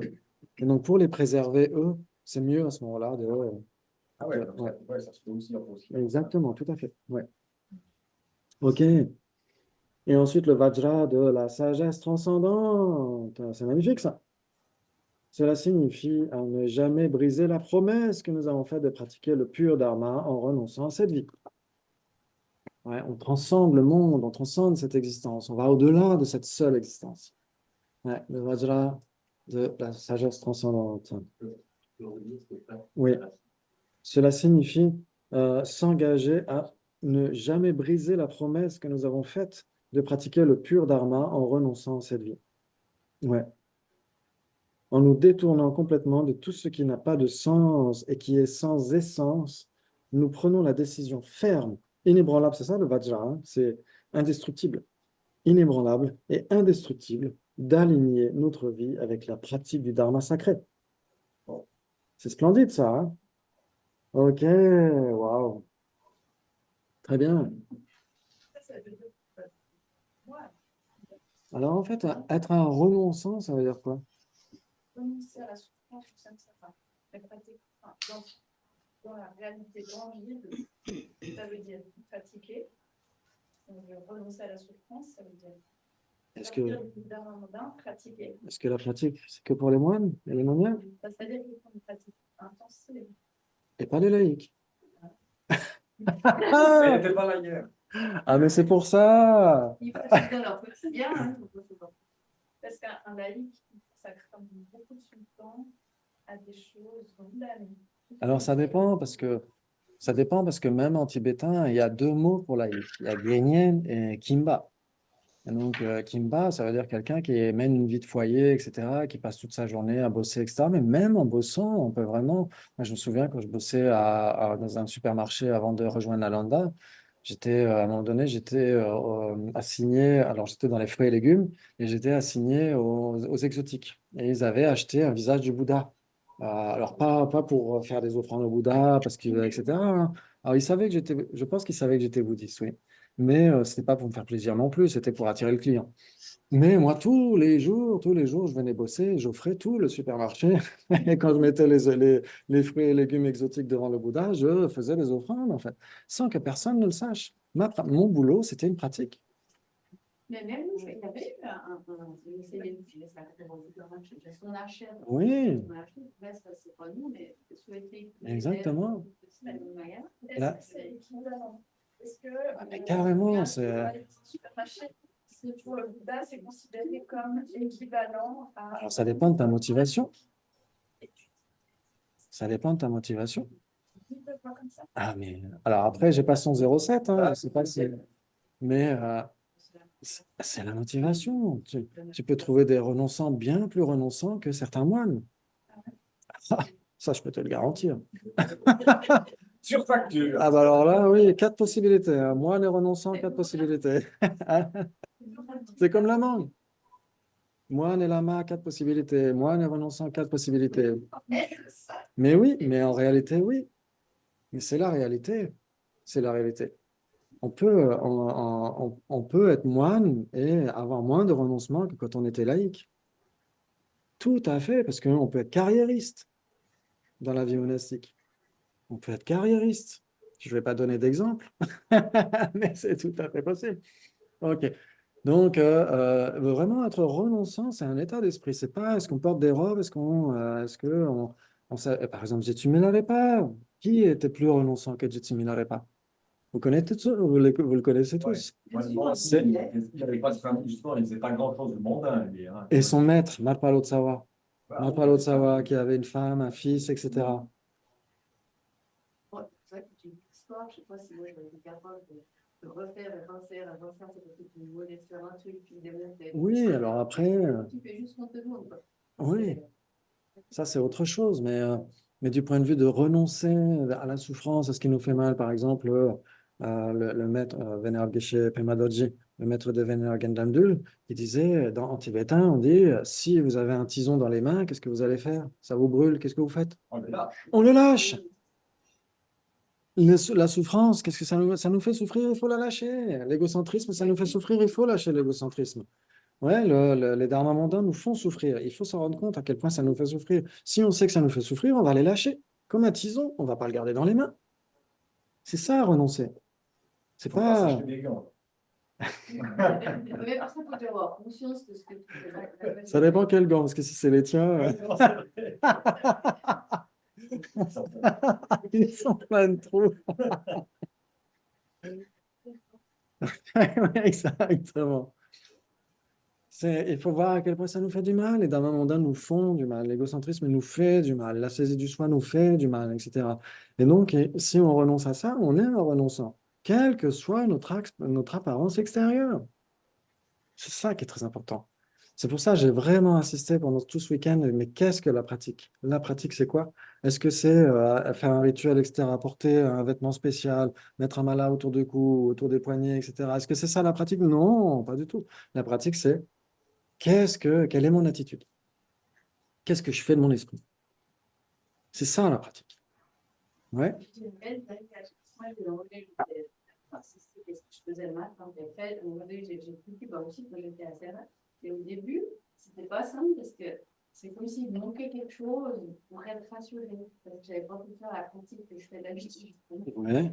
C'est là où j'ai réalisé aussi que c'est pas ça du tout. Oui, non, tout à fait. Réussir à poser les choses. Exactement. Après, ça peut être rassurant d'avoir une pratique dans le sens où on fait un truc tous les jours, etc. Mais ça peut être extrêmement automatique aussi. Ça peut être, on est en pilote automatique. Combien de fois j'ai récité des trucs en tibétain et ouais, vas-y, récite, vas-y. Et puis à l'intérieur, c'est. Je me souviens avant d'avoir appris cette pratique de faire l'offrande, etc. euh, à chaque fois, quand j'avais cette approche du dharma, etc. à l'époque, ça a beaucoup dégénéré depuis, mais à l'époque, je pensais toujours à l'interdépendance, en fait que tous les êtres participent à ça. Je pensais à toute cette chaîne de causalité, etc. Puis après, j'ai appris Tombala, Mesange, Rinpoche, etc., à réciter fièrement devant tout le monde, etc., en oubliant totalement tout ça. C'est plus du tout la pratique du dharma. Avant, ça l'était. Ouais. Eh oui, c'est triste. OK. Oui. OK, donc là, on était où? On était Il au nous 7. reste trois. Il nous reste les trois derniers. Voilà, exactement. Le 7 maintenant, c'est quoi? C'est... Accepter d'être expulsé des rangs des gens soi-disant normaux ont duré les critiques. Oui, magnifique, tout ça de tête. Bravo, Non, Maria. non, pas de tête. J'ai fait le résumé de ce que j'ai lu. Parce qu'on le trouve aussi, on trouve cet enseignement, bien sûr, parce que quand on dit les Geshe Kadampa, c'était pas que Gelugpa, attention, c'était pas que les précurseurs de Gelugpa, on les trouve dans toutes les traditions, même chez les Nyingmapa aussi, bien sûr, ils ont ces précieux trésors Kadampa. Kadampa, ça ne veut pas nécessairement dire les anciens Gelugpa, pas nécessairement, attention, c'est à travers toute la tradition de Nalanda. Et je crois que d'ailleurs, la Mahasapa Rinpoche le dit à un moment donné. Enfin bref. Et donc, c'est quitter le rang des humains, être expulsé du rang des humains. Ça veut dire que quelle que soit notre apparence extérieure, etc., même si on ne fonctionne plus comme avant, même si on n'est plus avec nos potes avant, à faire la teuf, aller fumer des pètes, aller boire un coup, etc., on ne fait plus comme les autres, etc. C'est pas grave. Ce qui compte, c'est comment est-ce qu'on vit les choses. Oui, il y avait une fois Venerable Gendandul qui disait ça. Il disait que quand il était au monastère, il y avait ses potes qui, eux, ils allaient toujours. Alors, je sais pas si c'est quand il était au monastère, mais en tout cas, il était déjà dans un centre d'études, etc. Et donc, ses potes, eux, ils allaient faire la fête et ils ne l'invitaient pas. Et donc, lui, il en parlait à son maître et son maître lui a dit, mais c'est une grande chance pour toi, parce que qu'est-ce qu'ils vont faire en ton absence? Qu'est-ce qu'ils vont faire en ton absence? C'est-à-dire qu'ils respectent ton mode de vie. C'est-à-dire qu'ils ne t'invitent pas justement parce qu'ils n'ont pas envie d'être sage, parce que tu es là, toi, tu te comportes très bien, etc. Et donc, c'est très bien pour toi. C'est magnifique, ça. Ouais. OK. Et donc, ça veut dire que c'est pas grave si on n'a même plus le comportement qu'avant, etc. Pas de manière délibérée en disant, ah, moi, je ne vous ressemble plus, vous êtes les moldus, et moi, je fais partie de Poudlard, etc. Pas du tout. Ouais. Mais c'est parce que c'est naturel, c'est comme ça, on évolue tous, on n'a plus les mêmes chemins de vie, etc. C'est tout à fait normal. Ok. Donc, être expulsé du rang des humains, ensuite rejoindre le rang des chiens. Ouais.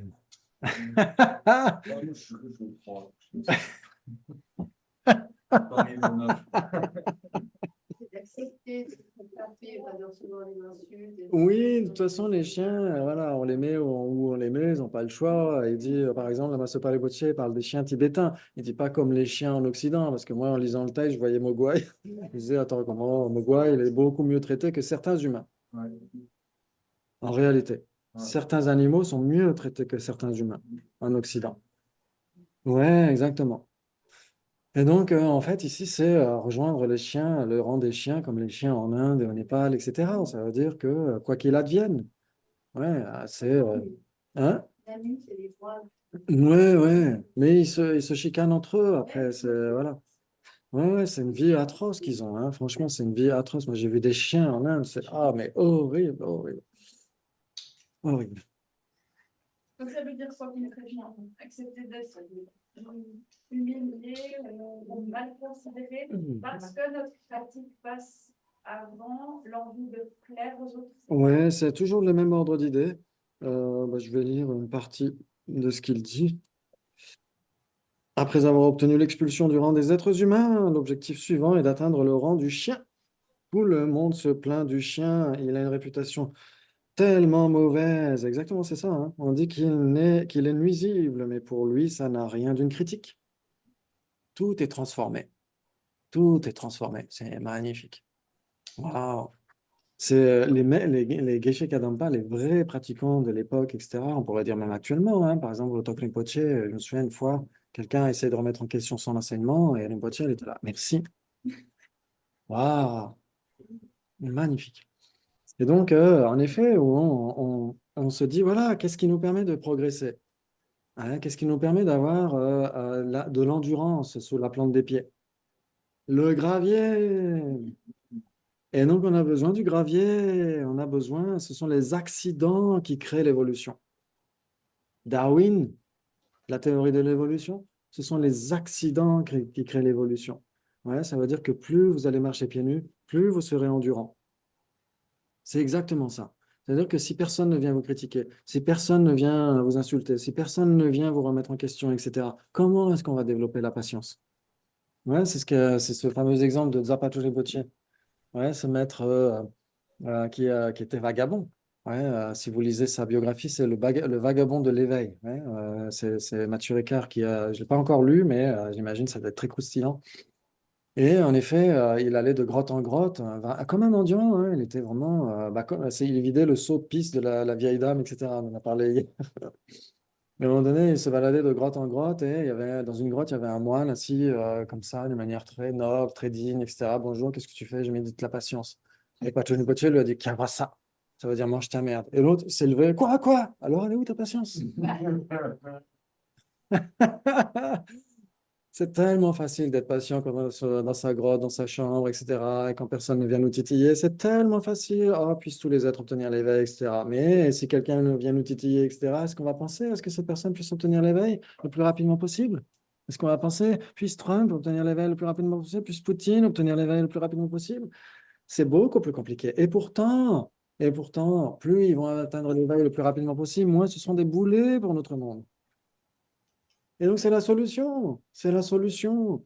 Et non seulement ça, mais en plus, comme on a dit, quand vous allez faire un check-up ouais, pour voir si vous êtes en bonne santé, etc., ouais, vous payez le médecin, ouais, ou l'assurance paye le médecin pour vous, etc., pour qu'il fasse un check-up. Ouais. Cette personne vous fait un check-up mental gratuitement. Vous n'avez même pas besoin de la payer. Elle vous montre où sont vos limites, où est-ce que vous êtes déstabilisé, etc. Et c'est là où vous pouvez travailler là-dessus. Ah, mais tiens, finalement, je ne pensais pas réagir à ce moment-là sur un truc très anodin. Ah, mais tiens, ça veut dire que j'ai encore du pain sur la planche. Grâce à cette personne, j'obtiendrai l'éveil. Grâce à cette personne, j'obtiendrai l'éveil. Et donc, on devrait la remercier. C'est pourquoi, quand au Tok Rinpoche, quelqu'un est venu remettre en question son enseignement, il a dit merci. Ah, c'est la mise en pratique. Ouais, ça me donne les poils à chaque fois. Waouh, et là, on voit des exemples magnifiques, magnifiques. Là, on se dit, là, la pratique fonctionne. Là, c'est tout à fait possible. Si on fournit des efforts, si on pratique un petit peu plus, si on s'entraîne à voir, ah, mais oui, mais il y a des êtres qui peuvent tout à fait mettre ça en application. Si vraiment on en met un bon coup dans cette existence, on peut vraiment se transformer. C'est ce que dit sa sainteté, c'est ce qu'il répète à chaque fois. C'est ce qu'il avait dit à Tashi Lumpo en 2016. Vous pouvez développer bodhicitta au cours de cette existence. Vous pouvez vraiment le faire. On peut vraiment, si on fournit des efforts, si au quotidien on ne gaspille pas notre temps, même en allant bosser. En allant bosser, on peut pratiquer bodhicitta, on peut pratiquer la sagesse de la vacuité, on peut pratiquer les offrandes, le guru yoga. Il y a rien qui puisse nous empêcher de pratiquer, en réalité. Ouais. Waouh. chien, c'est aussi le chien. C'est qu'on n'oublie pas. Oui, il est très... Moi, je me dis ça hier, puis c'est voilà, le chien. Ouais, ouais. Le chien, il a oublié, il a la Exactement. Alors que la rancune, c'est un obstacle très, très grave pour la pratique de Bodhisattva. Comme disait Venerable Geshe Gensen, j'avais dit une erreur la dernière fois, j'avais dit que les Arya Bodhisattvas pouvaient se mettre en colère, mais c'est une erreur, désolé. Les Bodhisattvas peuvent se mettre en colère, ouais, les Bodhisattvas qui sont des êtres ordinaires. Et donc, Venerable Geshe Gensen avait dit, oui, les Bodhisattvas peuvent encore se mettre en colère, mais jamais la rancune. Jamais la rancune. Parce que la rancune, c'est entretenir un truc, etc. C'est extrêmement malsain. Et ça va à l'encontre de l'altruisme de Bodhisattva. La colère, à la rigueur, on peut être en colère sans être dans la haine et le ressentiment. La colère, c'est parce qu'on se dit, mais il faut vraiment que la situation avance et donc on a une forme d'irritation. C'est pas du tout la même chose que la haine, la colère. Hein. C'est pas du tout la même chose que la rancune. Même dans les facteurs mentaux, c'est extrêmement différent. Hein. La rancune, c'est un facteur mental secondaire. La colère, c'est un facteur mental principal, une affliction principale. Mais malgré tout, les bodhisattvas ne développent pas la rancune. Ils abandonnent ça. Ok. Et donc, forcément, qu'est-ce que ça amène quand on a obtenu le rang des chiens? Eh bien, qu'est-ce que ça amène, cette pratique qui est parachevée? Abandonner l'attachement au bonheur de cette vie pour progresser vers la bodhicitta. Et donc, qu'est-ce que ça donne? Et donc, qu'est-ce que ça donne tout ça? On développe bodhicitta, etc. Qu'est-ce que ça donne? L'éveil. Oui, donc atteindre le rang des devas. Ouais. Atteindre le rang des devas, ouais. C'est-à-dire être expulsé du rang des humains, rejoindre le rang des chiens, et donc atteindre le rang des devas grâce à tout ça. Parce qu'on a mis l'accent sur la pratique, avant toute chose. C'est magnifique ça.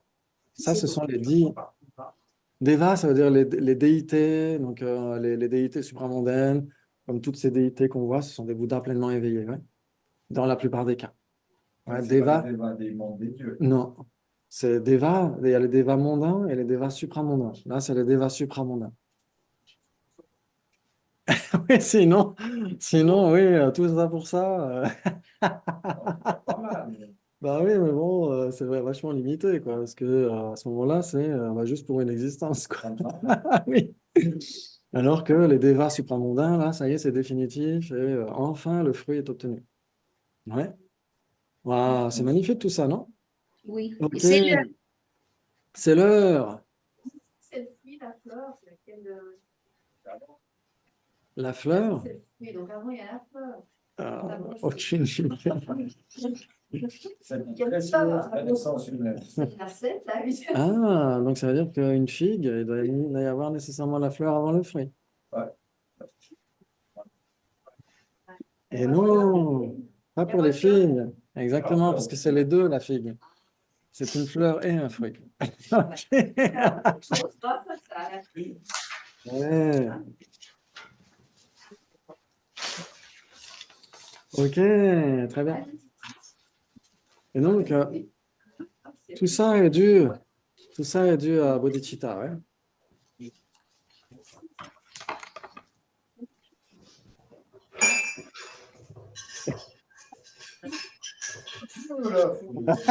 Oui, vas-y, lance le sujet.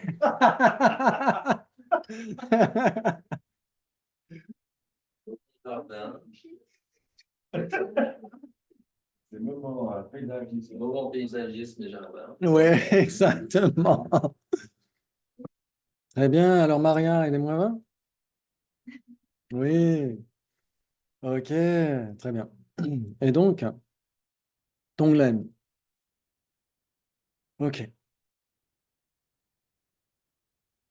Très bien. Et donc, vous savez que il y a une différence entre altruisme et bodhicitta. Ouais, comme on a dit, euh, on peut être altruiste sans avoir bodhicitta.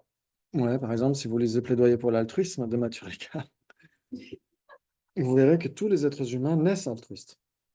Ça, c'est magnifique. C'est très encourageant. Mais est-ce que tous les êtres humains naissent avec bodhicitta?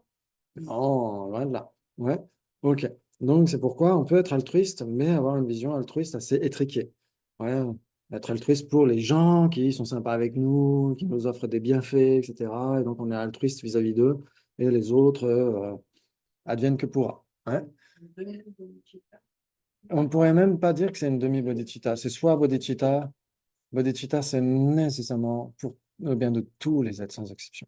Surtout, on vise sortir du samsara, tandis que l'altruisme, de rester dans le samsara. Aussi. Et si c'est d'autant plus, ouais, si c'est juste pour une partie des êtres et pas pour tous les êtres, ça ne peut pas être bodhicitta non plus de toute façon. Ouais. C'est nécessairement bodhicitta. C'est ce que dit Arya Maitreya, ouais, dans la Alamkara, ouais, le chapitre 1, la strophe 19. Ouais, Sam Kiepa, Ni Shen de Tie, Lian da Dzogpe Chanchu 2. Ouais, qu'est-ce que bodhicitta? C'est vouloir obtenir l'éveil insurpassable pour le bien des autres, de tous les autres. Ouais, ça c'est très très important. C'est ça, bodhicitta. Ouais. Et donc, forcément, comme c'est pas spontané, c'est pas inné, etc., donc on doit développer des méthodes pour développer ça. Ok, et donc il y a deux méthodes qui ont été transmises par le Bouddha. Ouais, une méthode qui est une causalité septuple, ouais, 6 causes et un effet, et une méthode qui est l'égalisation et l'échange de soi avec autrui. Ouais. Et donc, on retrouve ces deux méthodes, et il y a même un mélange des deux méthodes, c'est tout à fait possible. Ok. Et donc, l'égalisation de soi avec autrui, et c'est surtout cette méthode qui a transité dans la lignée de la vue profonde. Ouais, parce que, comme vous le savez, le Bouddha a donné les enseignements de la vaste conduite à Arya Maitreya, puis ça a été transmis à Arya Asanga, etc., etc. Et la vue profonde, Arya Manjushri jusqu'à Arya Nagarjuna, le Bodhisattva Shantideva, etc., etc. Ok. Et donc, ces deux lignées ont été ensuite réunifiées avec Lama Tsongkhapa, le maître de Joe Atisha. Ouais. Et donc, à partir de la Mahatisha, on a eu justement cette unification des deux lignées. Et donc, dans la lignée de la vue profonde, c'est là où justement la vue de la vacuité est mise en avant.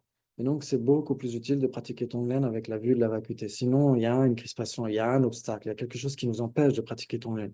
Ok, très bien. Et donc, euh, comme dit Venerable Gendandul, on ne peut pas conseiller à tout le monde de pratiquer Tonglen. Pour certaines personnes, ça ne le fera pas. Pour certaines personnes, ça peut. Moi, je me souviens à l'époque, au Salève, on donnait des cours de méditation, je crois que c'était 3 fois par week-end. À partir de 2010, ouais, on m'avait demandé à commencer de donner des cours de méditation, et donc le vendredi et le samedi, peut-être le dimanche, je ne suis pas sûr, mais en tout cas, au moins 2 fois par week-end, je donnais des cours de méditation. Et parfois, on parlait de Tonglen, etc., et il y avait une dame qui partait en pleurant en plein cours, en pleine session de méditation, parce que elle souffrait d'une forme de dépression, etc. Et le fait de visualiser, etc., en plus, c'était encore pire.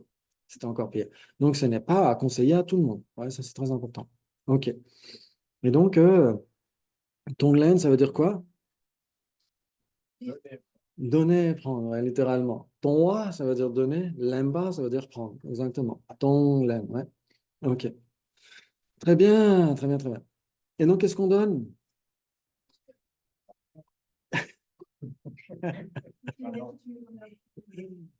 Oui, exactement. Ouais. Toutes nos qualités réelles ou supposées. Ouais.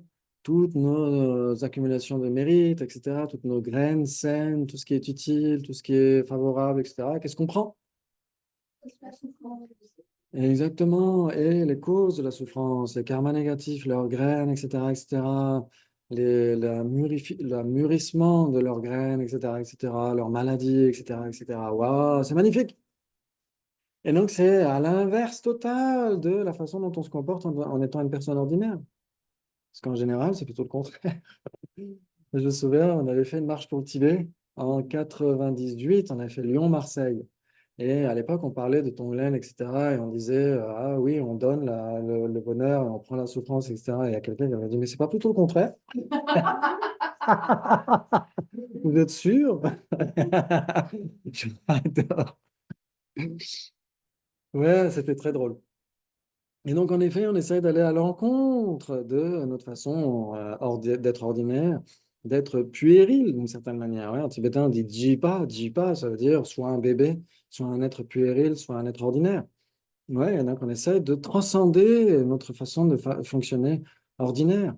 On va à l'encontre de notre égocentrisme, etc. Même si c'est des petites choses, même si quand il y a un panier de fruits et qu'il y en a un qui est un peu plus avancé que les autres, etc., ben, on va prendre celui-là, et puis on va laisser les plus frais aux autres, etc. Même si ça a l'air de rien, c'est un entraînement génial. C'est un entraînement génial. Ça a l'air de rien, ça a vraiment l'air de rien. Ouais. Mais ça peut donner vraiment des choses exponentielles et on peut tout transformer grâce à ça. Et c'est une situation gagnant-gagnant. Voilà, ça veut dire que quand on a mal quelque part, par exemple, on se dit, puissent tous les êtres échapper à cette souffrance au moment où moi, je suis en train de l'éprouver. Puissent tous les êtres en être libérés, puissent tous les êtres échapper à cela. Voilà, on se dit, c'est le mûrissement de toutes mes prières d'aspiration de prendre la souffrance à la place d'autrui. Ouais, c'est ce qu'avait dit Lama Sepa Rinpoche quand il avait fait son AVC. Enfin, il avait dit, enfin, je peux prendre la souffrance de tous les êtres. Enfin. Waouh, ça donne les poils aussi. Ça donne envie de pleurer. C'est juste magnifique, quoi. Enfin, c'était pour lui, enfin, il pouvait prendre la souffrance de tous les êtres. Et forcément, il pouvait vivre d'autant mieux cela. Alors après, on peut dire oui, il montrait, il manifestait le fait d'être malade, ou il donnait l'apparence d'être malade. On peut toujours dire ça, bien sûr, c'est tout à fait possible. Mais ça ne veut pas dire qu'il ne soit jamais tombé malade pour autant. Ouais, donc, il y a plusieurs façons. Ça, on en avait parlé quand on avait parlé du maître. Ouais, on avait un module là-dessus. Ouais, on en avait parlé. OK. Très bien. Et donc, quand on a une difficulté, quelle qu'elle soit, on peut dire, puissent tous les êtres échapper à ça. Qu'est-ce que ça va transformer dans notre attitude? Exactement, et la rumination. Cette rumination, cette application mentale inappropriée de se dire pourquoi moi, pourquoi est-ce qu'il m'arrive ça, moi, etc. On remplace ça, cette rumination malsaine, par puissent tous les êtres échapper à tout ça. Waouh, mais ça change tout dans notre attitude. Ça ne va pas faire en sorte, attention, hein, que tous les êtres échappent à tout ça, hein. On n'est pas en train de dire que c'est magique, etc., hein. Ça, c'est attention, hein. On n'est pas en train de prendre vraiment la souffrance d'autrui. C'est pas possible. Ouais. Mais au moins, on utilise cela. Parce qu'il n'y a rien de pire que de souffrir inutilement. En tout cas, pour moi, c'était comme ça. C'est horrible d'imaginer qu'on soit en train de souffrir et que c'est juste inutile, c'est juste bête. C'est juste bête et méchant. Voilà, je suis en train de souffrir et c'est tout. Ça, pour moi, c'est pour ça que j'aime bien cette pratique de Tonglen, parce qu'au moins, la souffrance devient utile. Au moins, elle sert à quelque chose. Ça, c'est très utile. Ok, très bien. Et donc, mais ça peut fonctionner pour plein de choses. Quand on est dans un moment d'attachement, un moment de colère, un moment d'orgueil, de jalousie, puissent tous les êtres échapper à cet attachement, puissent tous les êtres échapper à cette jalousie, puissent tous les êtres échapper à l'orgueil, etc. Au moment où moi, j'y suis, puissent-ils en être préservés? Oui. Exactement, tout à fait. Ouais, c'est ce qu'on disait hier. On disait, c'est mon patron tibétain qui disait quoi? Qui disait le dharma, c'est comme les toilettes, on n'y pense que quand on a besoin.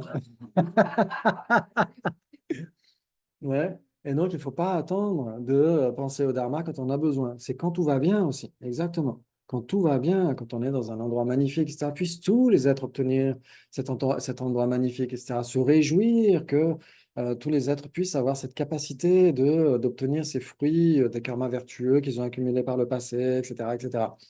Transformer tout ce qui peut être transformé. Ok, et donc ça fonctionne d'autant mieux si on a une certaine compréhension de la vacuité. Ouais, c'est ce que dit le Bodhisattva Shantideva.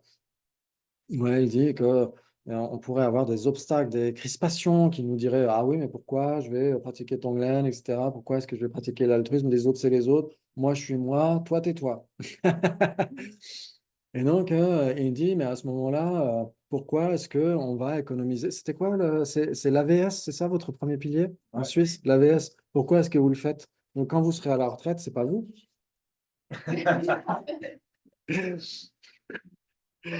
Oui, mais alors il y a un deuxième pilier qui n'est pas obligatoire. Et pourquoi vous le faites? Ah, c'est le troisième qui n'est pas obligatoire. Pourquoi vous le feriez, même si ce n'est pas obligatoire, et que la personne qui sera à la retraite, ce n'est pas vous maintenant? Or, c'est le même continuum. Donc, même si ce n'est pas vous maintenant, il y a une relation. Exactement. Ouais, et donc le Bodhisattva Shantideva dit pourquoi, il prend un contre-argument, il dit, ok, quelqu'un dirait, mais pourquoi est-ce qu'on voudrait aider les autres? Les autres, c'est les autres et moi, je suis moi, etc. Mais il dit, à ce moment-là, pourquoi est-ce que la main retire l'épine du pied, puisque la main n'est pas le pied, Ouais. à ce moment-là? Ouais. Surtout que le pied peut partir dans Tout la seul, main. en plus. Non, dans la main. Et non plus, en plus, on ne peut même pas le rendre, à moins d'avoir des longs doigts de pied et d'être contorsionniste dans un cirque. Je ne sais pas. OK. Et donc, on se dit, oui, mais les autres, c'est les autres, moi, je suis moi, etc. Mais en réalité, moi, je suis ici, vous, vous êtes là-bas, vous êtes d'accord? Mais pour vous, vous, vous êtes ici et moi, je suis là-bas. Oui, il y a une histoire comme ça. Oui, exactement. Il y a une Oui, il y a une histoire comme ça où il y a quelqu'un qui est sur le bord d'une rivière et puis il y a un couple de l'autre côté qui veut passer de l'autre côté de la rivière, qui dit, bonjour, bonjour, comment est-ce qu'on fait pour passer de l'autre côté de la rivière? Et l'autre dit, mais vous êtes déjà de l'autre côté de la rivière. Et donc, en effet, tout est relatif. Tout est relatif. Moi, je suis moi et vous, vous êtes vous. Mais si je me mettais à votre place, je serais moi. Et moi, je serais lui. Ouais. Vous voyez ce que je suis en train de dire? OK. Eh ben, c'est là où il n'y a pas de moi inhérent et de vous inhérent. C'est impossible. Moi, je suis moi pour moi, mais vous, vous êtes vous. Vous êtes moi pour vous. C'est trop drôle. On n'y comprend plus rien. Oui. Merci. Salut. Salut Philippe. À la prochaine. Voilà, et donc c'est pourquoi ici le moi n'a pas de réalité absolue. Et donc si on oui, si on comprend ça, à ce moment-là, on essaie d'avoir ces passerelles par rapport à ce fossé. Et c'est là où on peut pratiquer Tonglen, etc. plus facilement, non? Ok. Et donc ensuite, la pratique effective, c'est de visualiser quand on inspire, c'est sur la base de la compassion. Et on prend la souffrance des êtres, leur karma négatif, leurs graines, leurs voiles, etc. Et sous une forme, n'importe quelle visualisation, ça peut être des animaux venimeux, ça peut être une fumée noirâtre, etc., etc. Et donc, ça peut être inspiré par une narine, pourquoi pas. Et moi, j'aime bien visualiser comme si j'inspirais par tous les pores de la peau, etc. Mais après, dans les textes, ils disent pas ça, ils disent que c'est par une narine, etc. OK. Et donc, ça peut être, ça peut venir dissoudre la coquille de l'ego, ouais, qu'on peut visualiser au niveau du cœur, mais faites attention, quand vous visualisez au niveau du cœur, ça peut être très dangereux aussi, ça peut renforcer la dépression, on peut faire du lung, ça peut être très malsain. Donc, il faut faire très, très attention quand on médite au niveau du cœur. La physiologie subtile est très, très sophistiquée, et donc il ne faut pas perturber les souffles à ce moment-là, et donc visualiser les choses comme un arc-en-ciel d'une manière extrêmement diaphane, ça c'est très très important. Ouais, ok. Et donc cette coquille de Lego qui se délite, qui se craquelle, etc. avec cette fumée noire. Et donc ça la dissout complètement. Et en lieu et place de ça, qu'est-ce qui se manifeste? Notre nature magnifique avec cette lumière, ce soleil splendide de l'altruisme. Oui. Comme tu dis, de karma négatif. Pourquoi c'est karma négatif et pas karma tout court? Parce que le karma positif, c'est aussi quelque chose qui nous maintient dans le sens. Oui, on pourrait dire tous les karmas contaminés. Ouais. Tous les karmas négatifs en premier, parce que c'est les plus dangereux, bien sûr, mais jusqu'à tous les voiles. Ouais, dans les voiles, justement, il y a tout ce qui est contaminé. Ouais, exactement. Tout à fait. Parce que le Bouddha a du karma, parce qu'il a le facteur mental intention. Donc, il a du karma, ouais, mais il n'a pas de karma contaminé. Ouais. Ok, très bien, très bien. Diaphane, c'est par exemple comme une aile de libellule. C'est diaphane, c'est ouais, translucide, etc. Ouais. Ouais. Comme un voile comment ça s'appelle, d'une moustiquaire, exactement, ouais, comme du tulle. C'est très diaphane, etc. Donc de le voir d'une manière très insubstantielle, en tout cas. Exactement, ouais, tout à fait. Ça pourrait être très, très malsain, ouais, même pour les pratiques tantriques, hein, d'ailleurs. OK. Et donc, voilà, on prend ça et ça craquelle, ça fendille cette coquille de l'égocentrisme, etc. Et ça la dissout totalement. Et en lieu et place de ça, quand on expire, c'est cette lumière splendide, magnifique, etc., de nos qualités, notre développement des mérites, notre patience, quel que soit le niveau de notre patience, quel que soit le niveau de notre compréhension de la vacuité, quel que soit le nombre de nos mérites, etc. Tout cela est donné librement. Ouais, ok, ouais, c'est ça cette pratique. Ok, très bien. Donc, si on ne se sent pas de le faire, on peut, comme on a fait hier, visualiser que toutes les négativités des êtres, etc., vont se dissoudre dans l'espace autour de nous. Ouais. En général, on peut aussi, c'est ce que dit Lama Yeshe, je crois que c'est quand le chocolat vient à manquer, je ne suis pas très sûr, mais il faudrait vérifier. Il dit qu'on peut commencer Tonglen avec soi-même d'ailleurs. Ouais. Ouais, comme quand on prépare le repas, on fait les commissions, on achète les commissions pour faire le repas, c'est pas parce qu'on a faim tout de suite, mais c'est pour prévoir. Ouais, exactement comme quand vous cotisez pour la vieillesse, etc. Vous n'êtes pas à la retraite maintenant, mais vous cotisez maintenant. Ouais. Et donc, c'est pour préparer les choses. Et donc là, c'est pareil, quand on a une migraine, quand on est malade, quand on a je ne sais quoi, un problème, etc., puisse mon moi futur échapper définitivement à ça, à l'avenir, au moment où je suis en train de l'éprouver. Et en réalité, c'est ça qui se passe. Parce que quand une graine mûrit, elle ne fructifie pas deux fois. Il n'y a jamais de graines. On peut trouver des fleurs qui sont des fruits en même temps, mais on ne trouve jamais de graines qui mûrissent deux fois. Ça, c'est impossible. Donc, une fois qu'un karma a mûri, eh ben, c'est terminé. Il est épuisé. Sauf si on le nourrit à nouveau. Pourquoi moi, etc. Et là, à ce moment-là, ça fait boule de neige. Exactement, tout à fait. Ouais, ça joue. Ok, très bien. Très bien, très bien. Et ensuite, bien sûr, vous pouvez employer des textes, par exemple. Hein, vous pouvez réciter, par exemple, la strophe 7 de Lojong en 8 strophes, ouais, de Geshe Langri Tamba, ouais, quand il dit Don, Angun, Dongyu Yu Pende, Managula Bull, etc. Ouais. En bref, puissais-je prendre directement ou indirectement sur moi toutes les souffrances des êtres et secrètement leur offrir tout ce qui est bon, etc. Ouais. Et donc, ça, c'est très, très utile. Ouais. Ok. Et donc, c'est pourquoi apprendre certaines strophes, certains versets, etc., par cœur, c'est pas pour briller dans les repas de mariage, etc. C'est pas pour amuser la galerie, c'est pour votre propre pratique méditative. Vous n'avez pas à remettre le nez dans les bouquins, etc. Vous avez déjà tout de suite accès à cette information et vous pouvez la contempler et la faire vôtre. Ouais. Ok. Et donc, si vous voulez, pendant quelques minutes. Et le offrir secrètement, Mm. Ouais. puis-je Ouais, donne un le nœud dans dire. le baïpan, mais que la main, une nœud dans le sang et dans la même chose. Exactement. Puis sais-je prendre sur moi secrètement tout ce qui est mauvais en eux, et leur offrir ouais, tout ce qui est bienfaisant, etc. Hande manakun label. Exactement, ouais. De manière directe ou indirecte, puisse-je offrir tout ce qui est tout bien-être et toute vertu, tout bienfait, etc., toutes mes mères, et puisse-je prendre secrètement sur moi tout ce qui les fait souffrir. Ouais. Ouais, ça c'est la strophe 7, mais ça tu peux la retrouver facilement dans les textes, etc. Ouais. Ouais. Oui. Et il y a aussi d'autres textes très brefs qui sont vraiment très très utiles. Ouais. Il y avait un texte, je crois que c'était de Shakyashri qui disait ça, qui disait Nanaga tetsera lerenze, lucenkugi nago chubarsho, qui disait si je suis malade, je suis heureux, puissent tous les êtres être épargnés par cette maladie. Ouais.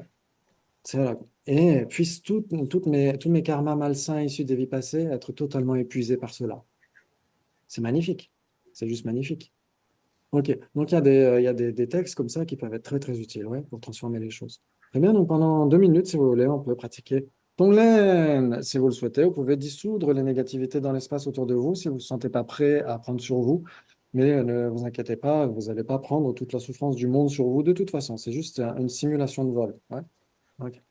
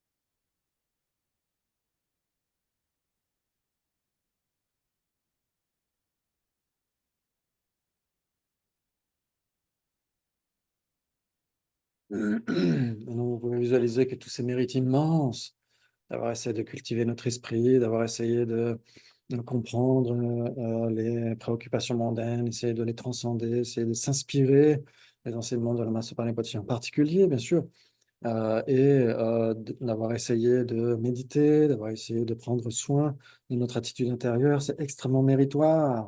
Et donc, on peut dédier tous ces mérites immenses avec la sagesse de l'interdépendance pour la longue vie et la santé adamantine de tous les maîtres pleinement qualifiés comme Sainte Dalai Lama, comme la Lama Supa Rinpoche.